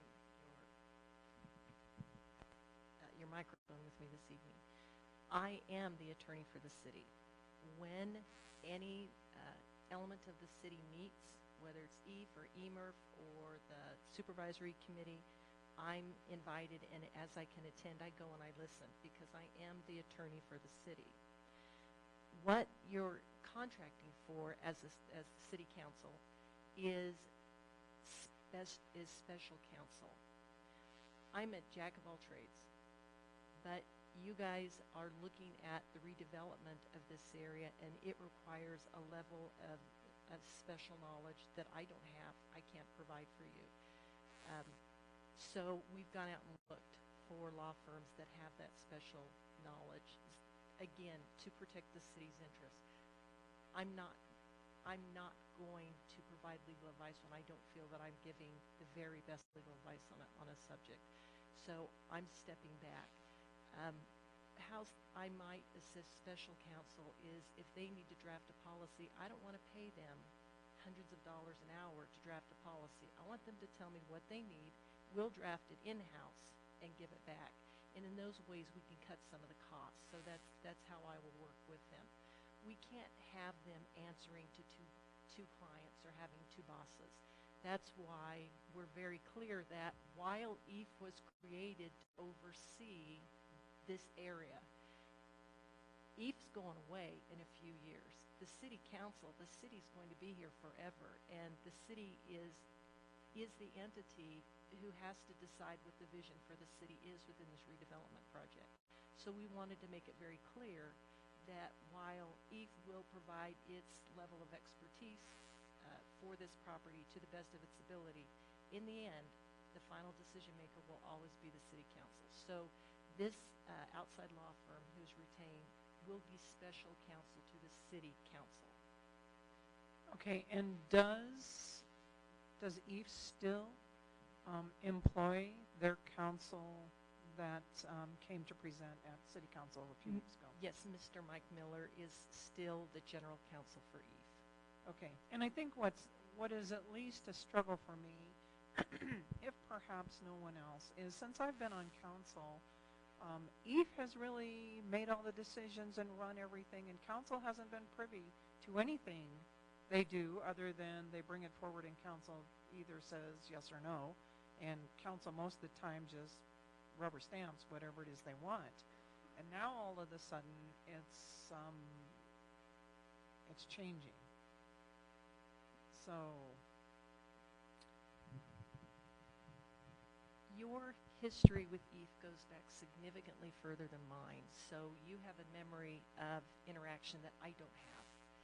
Since I was brought on board, I've attended, I don't know, a few, probably 5 EAF meetings since I was hired, just to see what's happening, to see what EAF Council is recommending, because EAF is in fact an arm of the city, and I need to know what they're doing. But the other thing that's happened since I was hired, almost immediately, the 3 members of EAF who were serving on EAF at the time I was hired, 2 of those people are gone. So the turnover's been pretty big. The third critical element is when I was hired, there was no inkling, at least I had no inkling, that Weingarten was about to go bankrupt and leave this incredible redevelopment project immediately in our faces. We can't run away from it. We can't hide from it. Weingarten, they declared bankruptcy. This is happening within our city. So that, in combination with the fact that EAF's going to go away in a couple of years. By the way it was developed, it's intended to go away in a couple of years. Those 2 things happening have really shifted the relationship with EAF.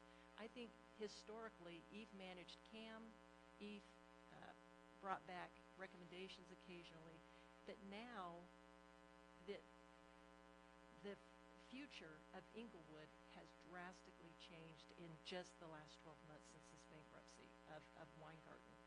And you're absolutely right. You're having to shift like crazy your thinking of your relationship with EAF and how, in many ways, you're leapfrogging that conclusion of EAF, because EAF's going to end, but EAF can't be allowed to make these decisions for the city if they're going away in a couple of years. This is the future of the city. Okay, thank you. I have questions, but I'll concede the mic for right now. Thank you. I do want to remind ourselves that we're on a time limit with this. I do want to make sure everyone is heard. We did decide to do an RFQ, And that's what was before us. So I know we're going to question, some of us might still be questioning that, but we did have a consensus to bring that forward. So we do need to give some feedback. I am not sure which out of the three. You turned yours off now. Councilmember Wink, we'll start here. Thanks, Mayor. I'm almost not remembering what our question was. I know it referred to slide 8. Yes, the inclusion of general statements in the marketing package. Yeah, willingness. thank you. Correct. I think the way you presented that, Mr. Prembo, was astute, and I think that given your communication to date with C3, I think it would be important to include these statements and in the qualifications, wherever those may fall in, as you stated. So I'm all for this. Thank you for the presentation. That was insanely well detailed. Thank you. Councilmember Cuesta. Thank you. Thank you, Mr. Prembo, as well. I'm going to slide 10, which is the developer letters of interest. And you kind of outline the various ways that we can help facilitate these, I guess, early relationships with a developer that may have an idea in mind for the property. And where I think the finesse that I'm trying to understand is, so if there was some developer that came forward and just knocked our socks off. It was a great project. Citizen feedback says it's great, and somebody else just comes in and outbids them. To me, it's still C3's property, and it's still going to come down to the highest bidder. So how does council help bring this perfect project in? That's where I'm at. What can we do to help get that community input people are looking for, and also bring in the project that maybe they don't want to spend as much as the top bidder? Could you give me a few more examples or details on how you think that we can help facilitate that? Thank you. It's a good question. I think the back and forth with a couple of these early interested parties does a couple of things. First of all, it gives council a sense of how they see the property, what their thoughts are, what their vision is about it, how you think that lines up with the vision of Englewood residents going forward. So it gives you a sense of where they're coming from, especially if you hear from 2 or 3 of them and you hear where they're alike, where they're different. It starts giving you an early barometer in the overall process. The other thing it does is it starts giving them a read on where the council is, what the council would like to see, and what the council's concerns are. Potentially it gives them some comfort level about what a future relationship and how it might unfold, how that might work into the risk that they're assessing on their acquisition of the C3 property. They're not going to be able to get to a defined agreement with the city pertaining to anything by the date that they have to close on the acquisition of the C3 property. But they can start to get to some kind of subjective assessment of what that future relationship building and consensus building with the citizens and with the council will look like, and they can assess their management of that going forward risk. I think the other thing it does, Councilman, is that there's probably 2 separate scenarios here. There's probably actually 3, but one of them is where a party buys the C3 property only. Then that's all they're interested in. Another one is where they buy both the C3 property and then look at developing a relationship with the city as it pertains to the city-controlled property, the blue property to the west, and they put the 2 together. There's another one where some of these early firms might develop enough of a relationship with the city that the other scenario is that they come back to the city with an unsolicited proposal as it relates to the city property only.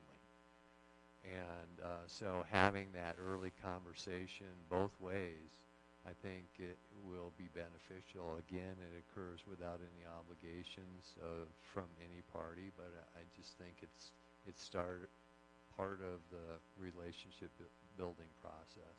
Okay, excellent, thank you. And this does, my next question speaks directly to the initial question, which is what are our thoughts on numbers 2 and 3 that you outlined?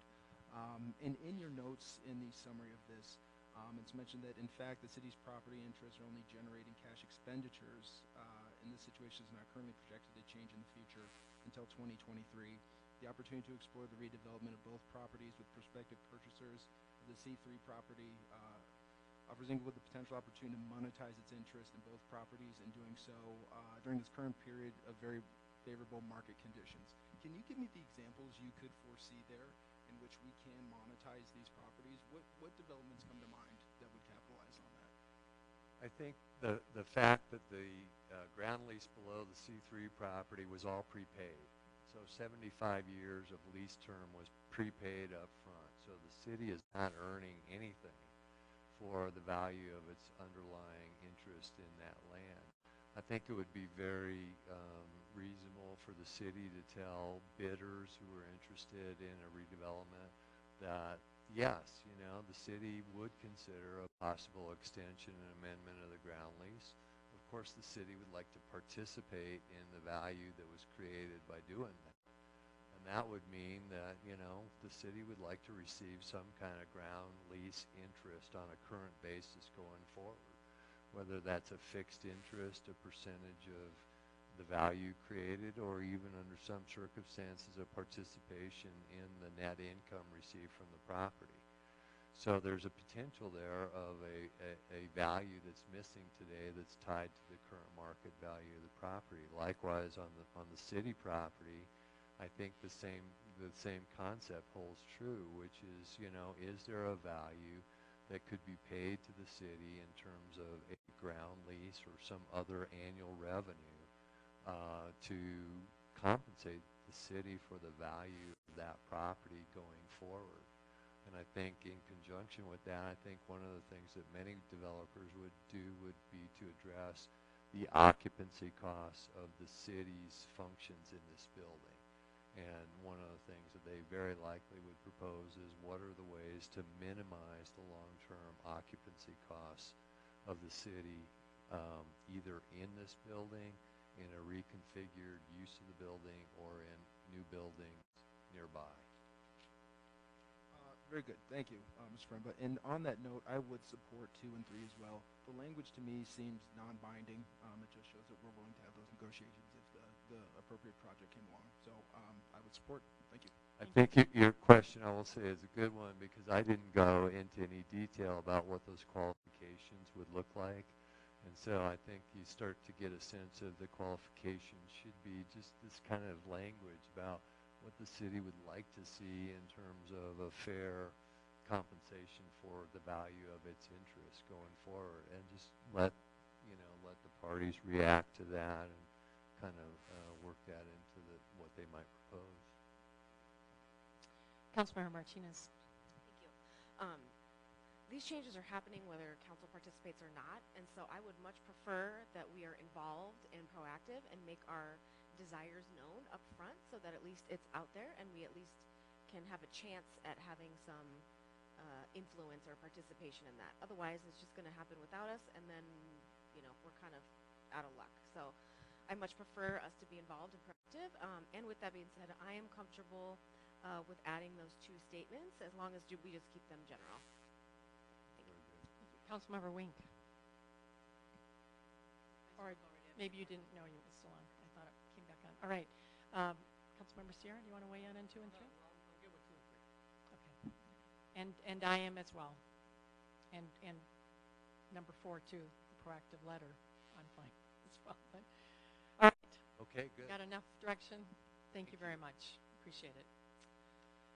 Next up is our EAF RFP audit vendor selection. Here, Finance and Administrative Services Director Maria Sabata is present to discuss this with us, along with Director Deandra, I guess.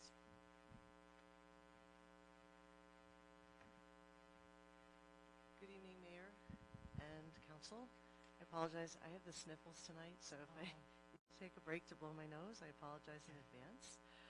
We are here tonight to talk a little bit more about the request for proposals that I shared with you on January 28th.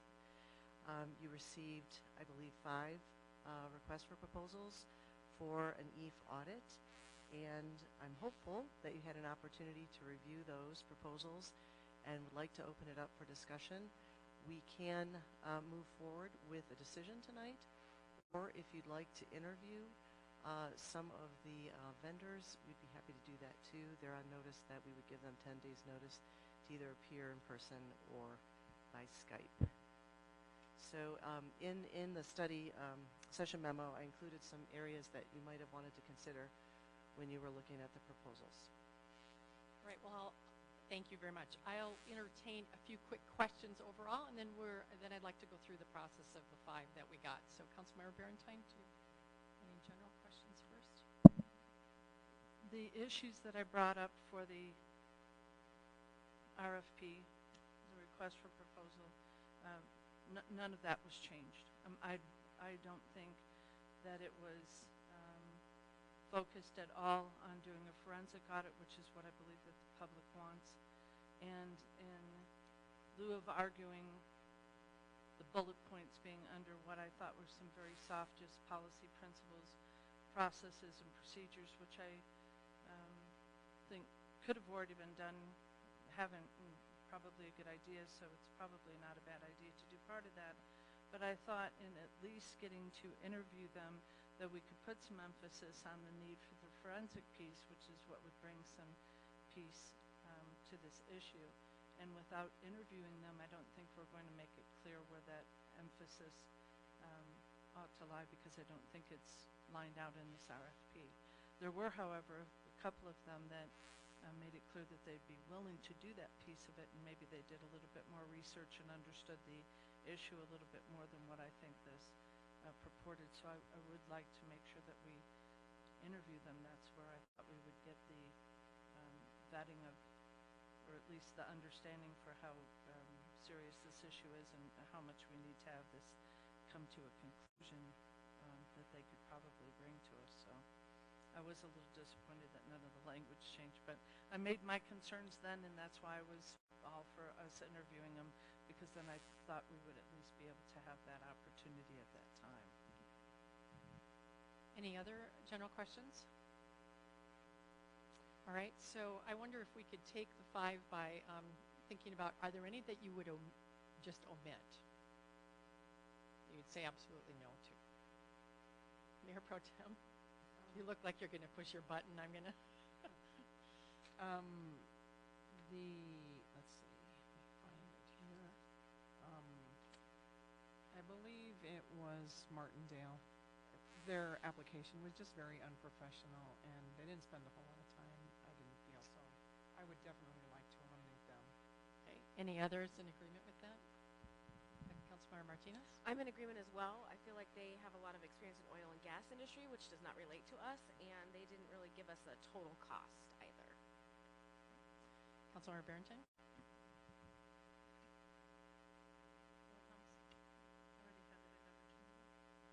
All right, I also had them as a kind of a no-go, and with the same reasons. So 3 of us don't like them very much. Can we take them off the list? Or others want them on. Councilmember Wink? I wouldn't offer that big statement that you made, but they were among my bottom 2. Okay. Are there others? Anybody else have others? Just for me, and this is going to carry across many of them, and I guess it goes to the point that Councilmember Barentine made, is that the reason that I'm even considering this is this to kind of settle, did something take place? Or was there fraud? Was there financial mismanagement? And a lot of these seem to be more reviewed processes as opposed to years and years of books. Now, I was always skeptical that somebody would be able to go back 20 years. Do we have 20 years of file? Can it be done? So I'm skeptical of a lot of these, that they're going to really put this to bed, which I believe, again, is the whole purpose of this. But this would certainly be in that category as well. But I don't think that this is going to, satisfy everybody that's very skeptical right now of EAF. And I don't believe it's all citizens that want necessarily financial audit. There's certainly some, and I want to provide those folks peace of mind if we're able to. But I don't think Martindale's going to get us there. Okay. Thank you. Councilmember Wink, your light's still on. Did you? Okay. I also believe BKD is not what we're looking for.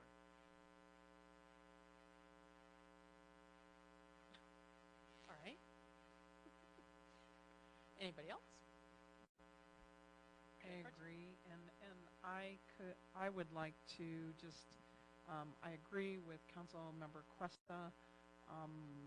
Most of these did not address the issues that I think will put this issue to rest. And so I think there is one that may put the issues to rest. So Who would that be? Why don't you just offer that up? Which one did you like the best? I liked Marsh Minnick the best. Interesting. That was the one I would have taken out because I thought between the two of them, they have just finished. They've only been doing this since 2014 maybe, so they're very, very inexperienced in the field. So that's where I wasn't as confident. Councilmember Wink? Thanks, Mayor. I felt CICN and Ida Bailey were the top two. If that helps the conversation be a little more succinct. And I'm happy to go through the details when we're ready to do so. Did anybody else have Marsh Minnick in their lower list? Councilmember Martinez. I also had them on my lower list as well for just the length of experience. I think there was another thing I noted in here.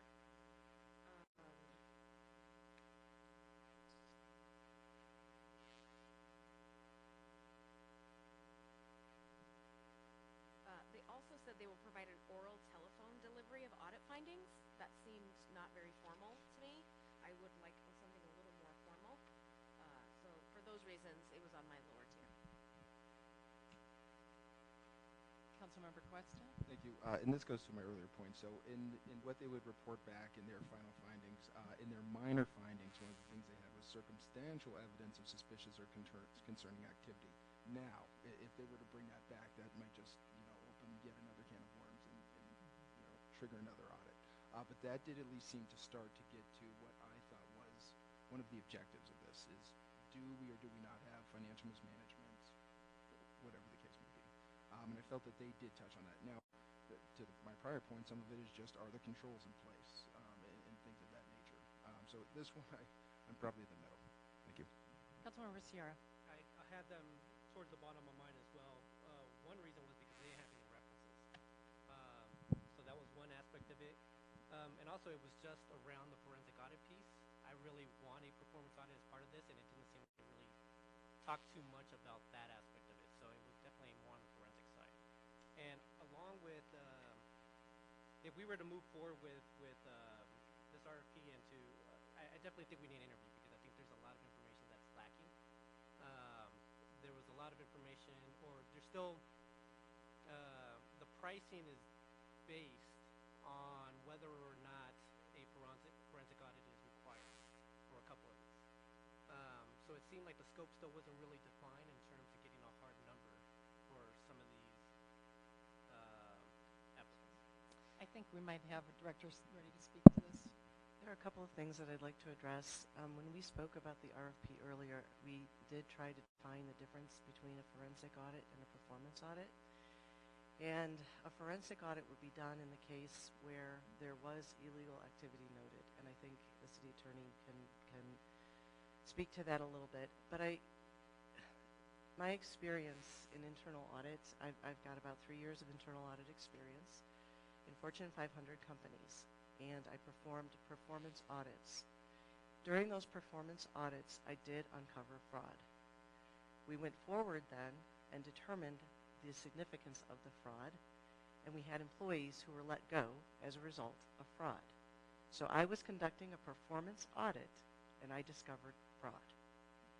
We went further then to look at the significance of the fraud, which it became forensic then. Then we specifically were looking at a particular individual or employee who had done something inappropriate and determined how much the organization was out of pocket as a result. And legal proceedings did pursue. So I know that we've been hung up on performance audit versus a fraud audit versus a forensic audit.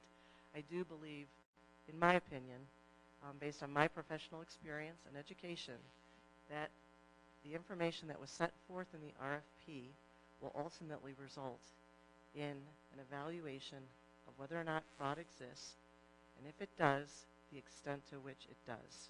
And we can move forward from there. Thank you. That was my understanding all along of what the RFQ was for. So, Councilmember Sierra, I believe, is next. Oh, no, okay, Councilmember Barentine. I think that the difference in the presentations that they gave to us were because of the information that was provided to them.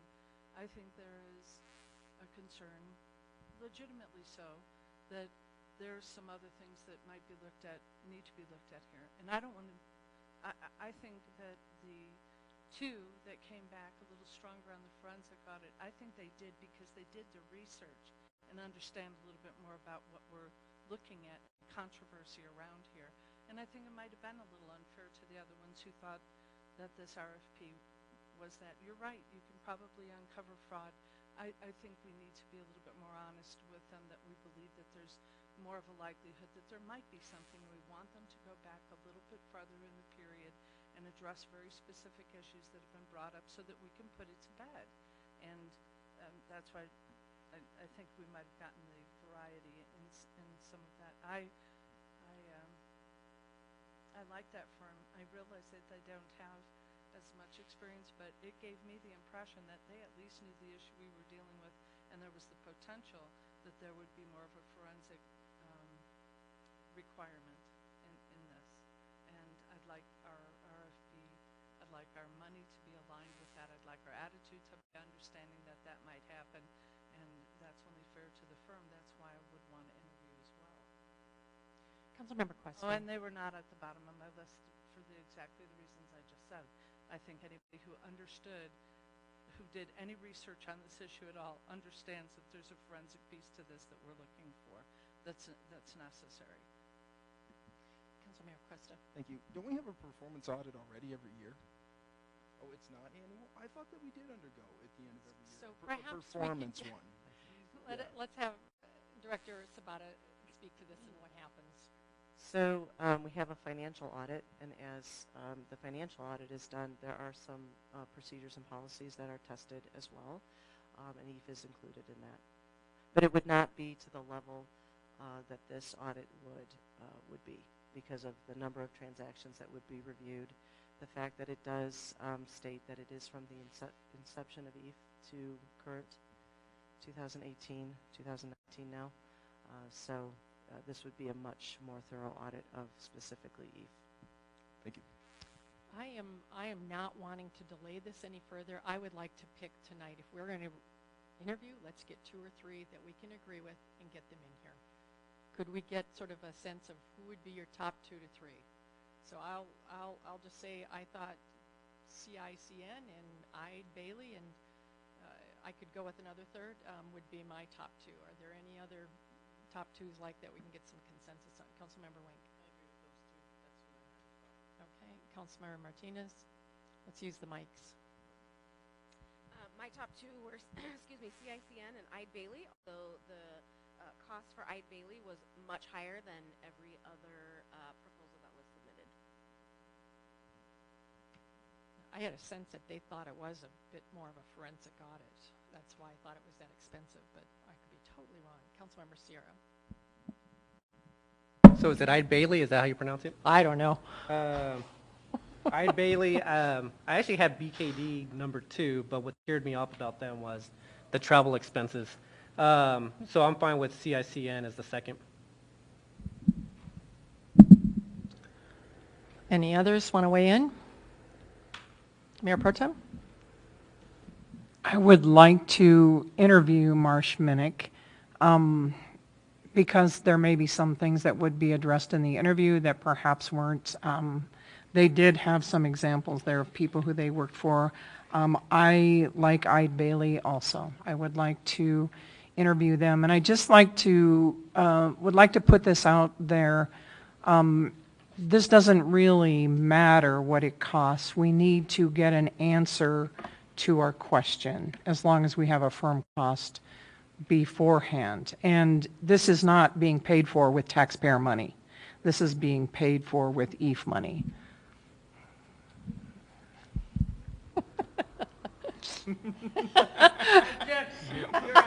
Councilmember Barentine, would you like to make a comment? No.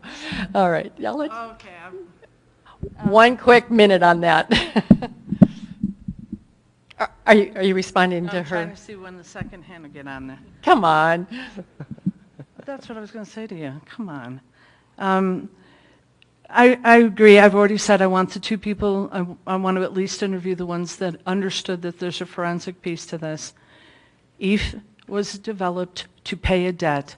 All the money that EAF has should have been paid to this debt. If they overspent, we should have paid the debt down sooner. If they double paid, if they overpaid, if they paid friends, if they did things, we need to know that because it is the taxpayer property, it's the taxpayer's asset, it's a debt that's being paid off on an asset that was given over to somebody else. It is, so I would only have that one correction.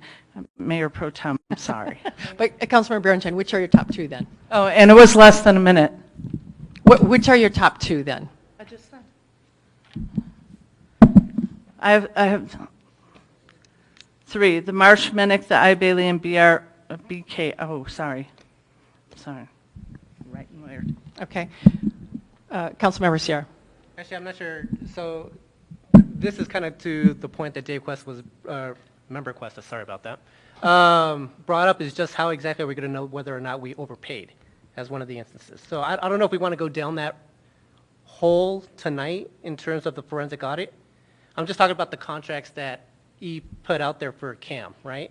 If there was no contract or if there was nothing out to bid, how do we know we overpaid?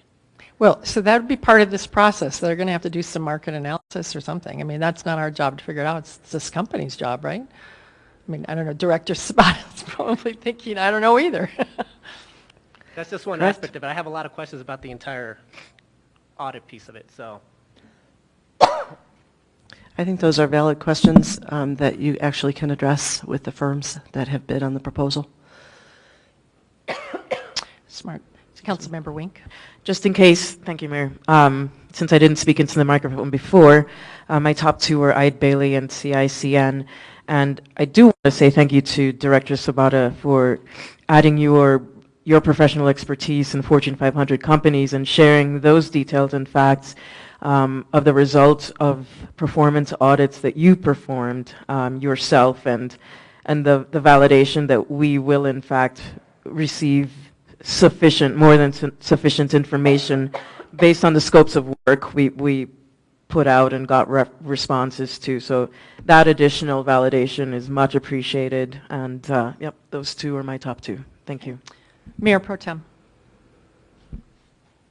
Next. I already weighed in. You have your light on still, sorry. Oh, sorry, You I can't didn't turn see it when off. it's on, can you? No. Yeah. Well, we can. Can you?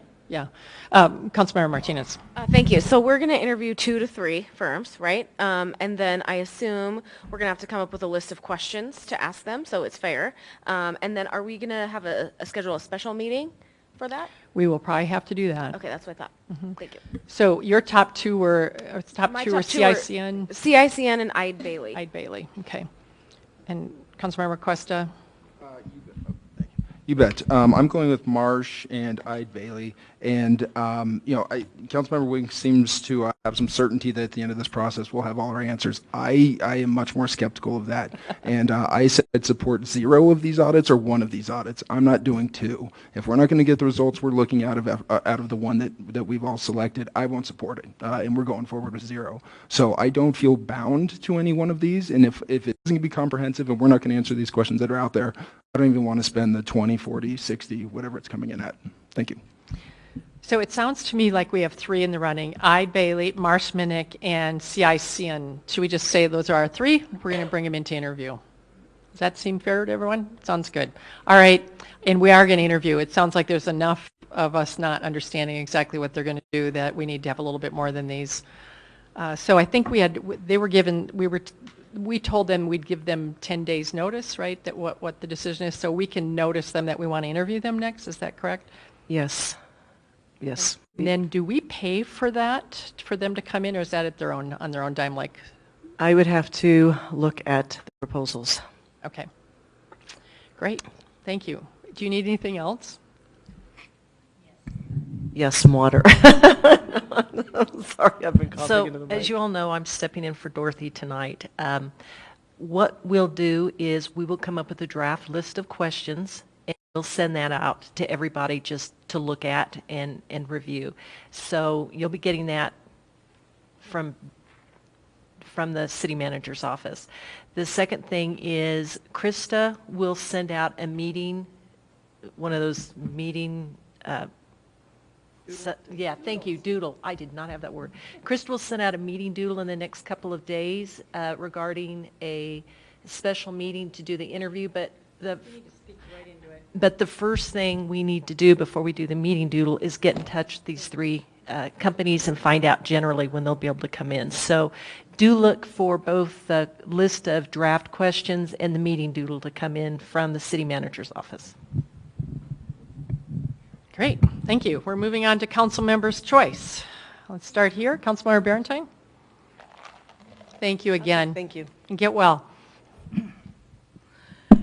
I'll do my council member's choice during the council meeting. Thank you. All right. Councilmember Sierra. Guess I have a few things. So I had the pleasure to meet with the Tobacco and Vape-Free Parks committee out of the Inglewood Leadership Academy. So they are going to be presenting to us at some point on a study session about their proposal to, I believe, go smoke-free completely. So I took away their creativity and asked them to put together a PowerPoint. So that should be something that they will be doing within the next month or two here with us. So I do have a request, city manager's request. It was noted that after the last snowstorms that Public Works, and actually this might be part of Eve since it happened around, well, it's happening all around the city, but they mentioned specifically around, Eladi and right around the Walmart area. But basically the snow was being piled onto the sidewalks, which affected the RTD path. The citizen called RTD, and RTD said it's not their thing, it's the city. So can we just look into what the policy is, or if it is an Eve thing? Well, it's a city-wide thing because it's happening on Hampton, it's happening on Broadway. But just when you're shoveling or when the snowplows are coming through the streets, that they don't actually block access to the RTD area. So I'm not sure what we have to do there, but I kind of want to look into that as well. And I think that might be it for tonight. It is. Thank you.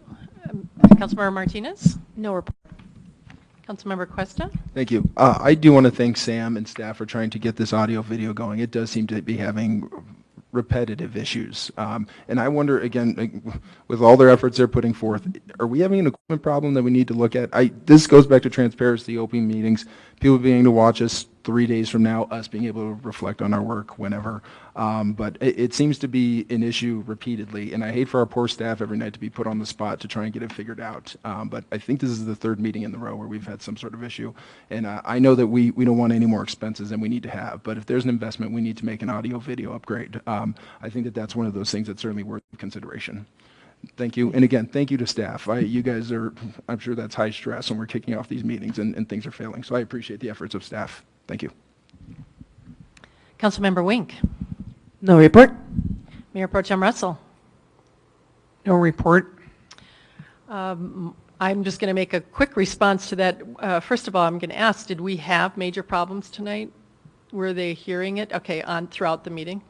All right, so you can probably get some emails on it. When I was speaking with our interim city manager last week, she said there would be a sparing of no sparing of, well, to some extent, of funding to trying to figure this out. And so I think they're trying to figure out what the problem is so that they can then address it. Part of it was switching to the YouTube channel, although I think that's probably going to be helpful in the long run. I think there are some things around that. So I wanted to also say that I received an email today from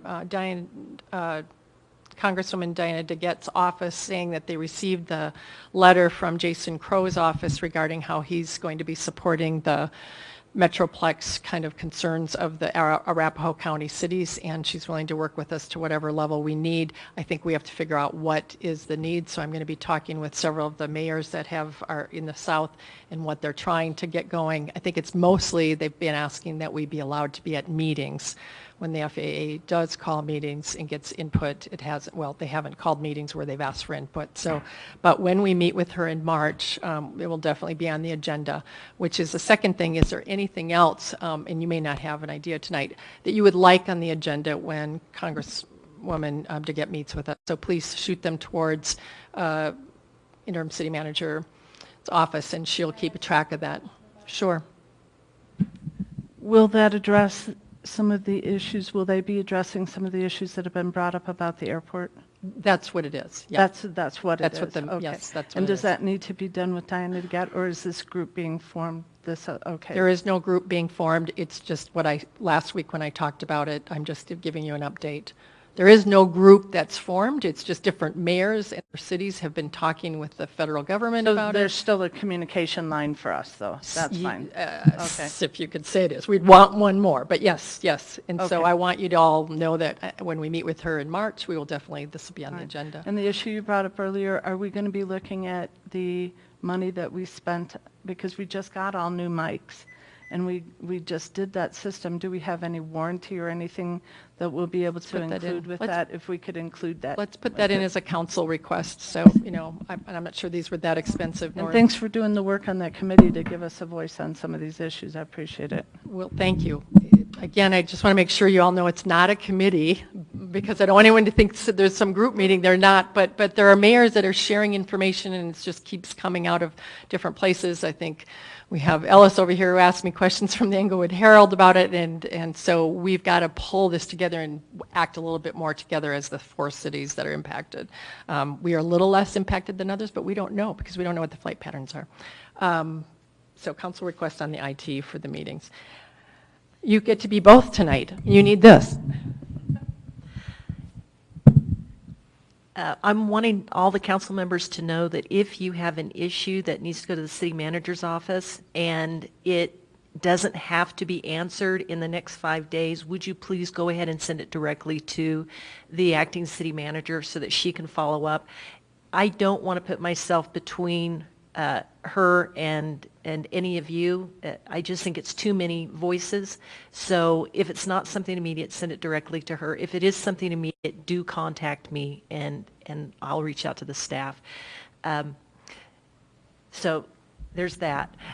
I did send out late this afternoon those draft policies that I told you last week I was going to send out. And these will come out in the council packet as well. But I'm sending them out early because it's a lot of reading, and it annoys me when you get a weekend to read, a 40-page document. So look those over. If you have any questions, reach out by email and just ask, or you can give me a phone call. That's absolutely fine, and I'll walk you through what we're thinking. I did not send out the handbook for members of boards, commissions, and committees because the city manager stated that you may come up with some broad changes that you want to make to boards, commissions, and committees. As you're reviewing with the issues that you want to look at with CEAC, those may be across the board issues. And she said, until you have the chance to look at that, we should not send out the handbook because your turnaround time on that is really fast. So just to let you know, I do have an approved draft of that document, and we're holding that one back. The ethics stuff, that's something that we really need to deal with, and I'll visit with the mayor pro tem about getting that onto an agenda at some point in the future before June. We're not in a panic, but before June we should be looking at that. But it's something that I really want you to consider because it's becoming a bigger issue within the state. So just to let you know, those are there. Take your time. Councilmember Questa, you have a question? I do, and it's directly related to what you said. Okay. You did send out the draft of the policy manual. Do we have that on the calendar now to discuss during a study session? I can't answer that question. I can't. Give me a minute. Unless Mayor Pro Tem has it quicker.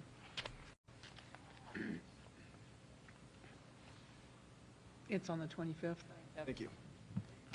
So it's the revised council policy manual that's on the 25th, the handbook for boards and commissions and committees. We had moved to March 11th, but I think we'll be holding on that one then. We also that night are going to be looking at procurement policy. So, thank you. Yep. On the 25th or on the 11th? 25th. Want to know on the next week? Right now, we're looking at 2020 budget preview and some of the overviews of budget process and what our interests are in the process to set that up, and then a redistricting discussion. And we'll find out tomorrow if there's anything else that's been put into that 1 hour, but that looks like what we're going to be doing next week. All right. I think this meeting is adjourned. Good night.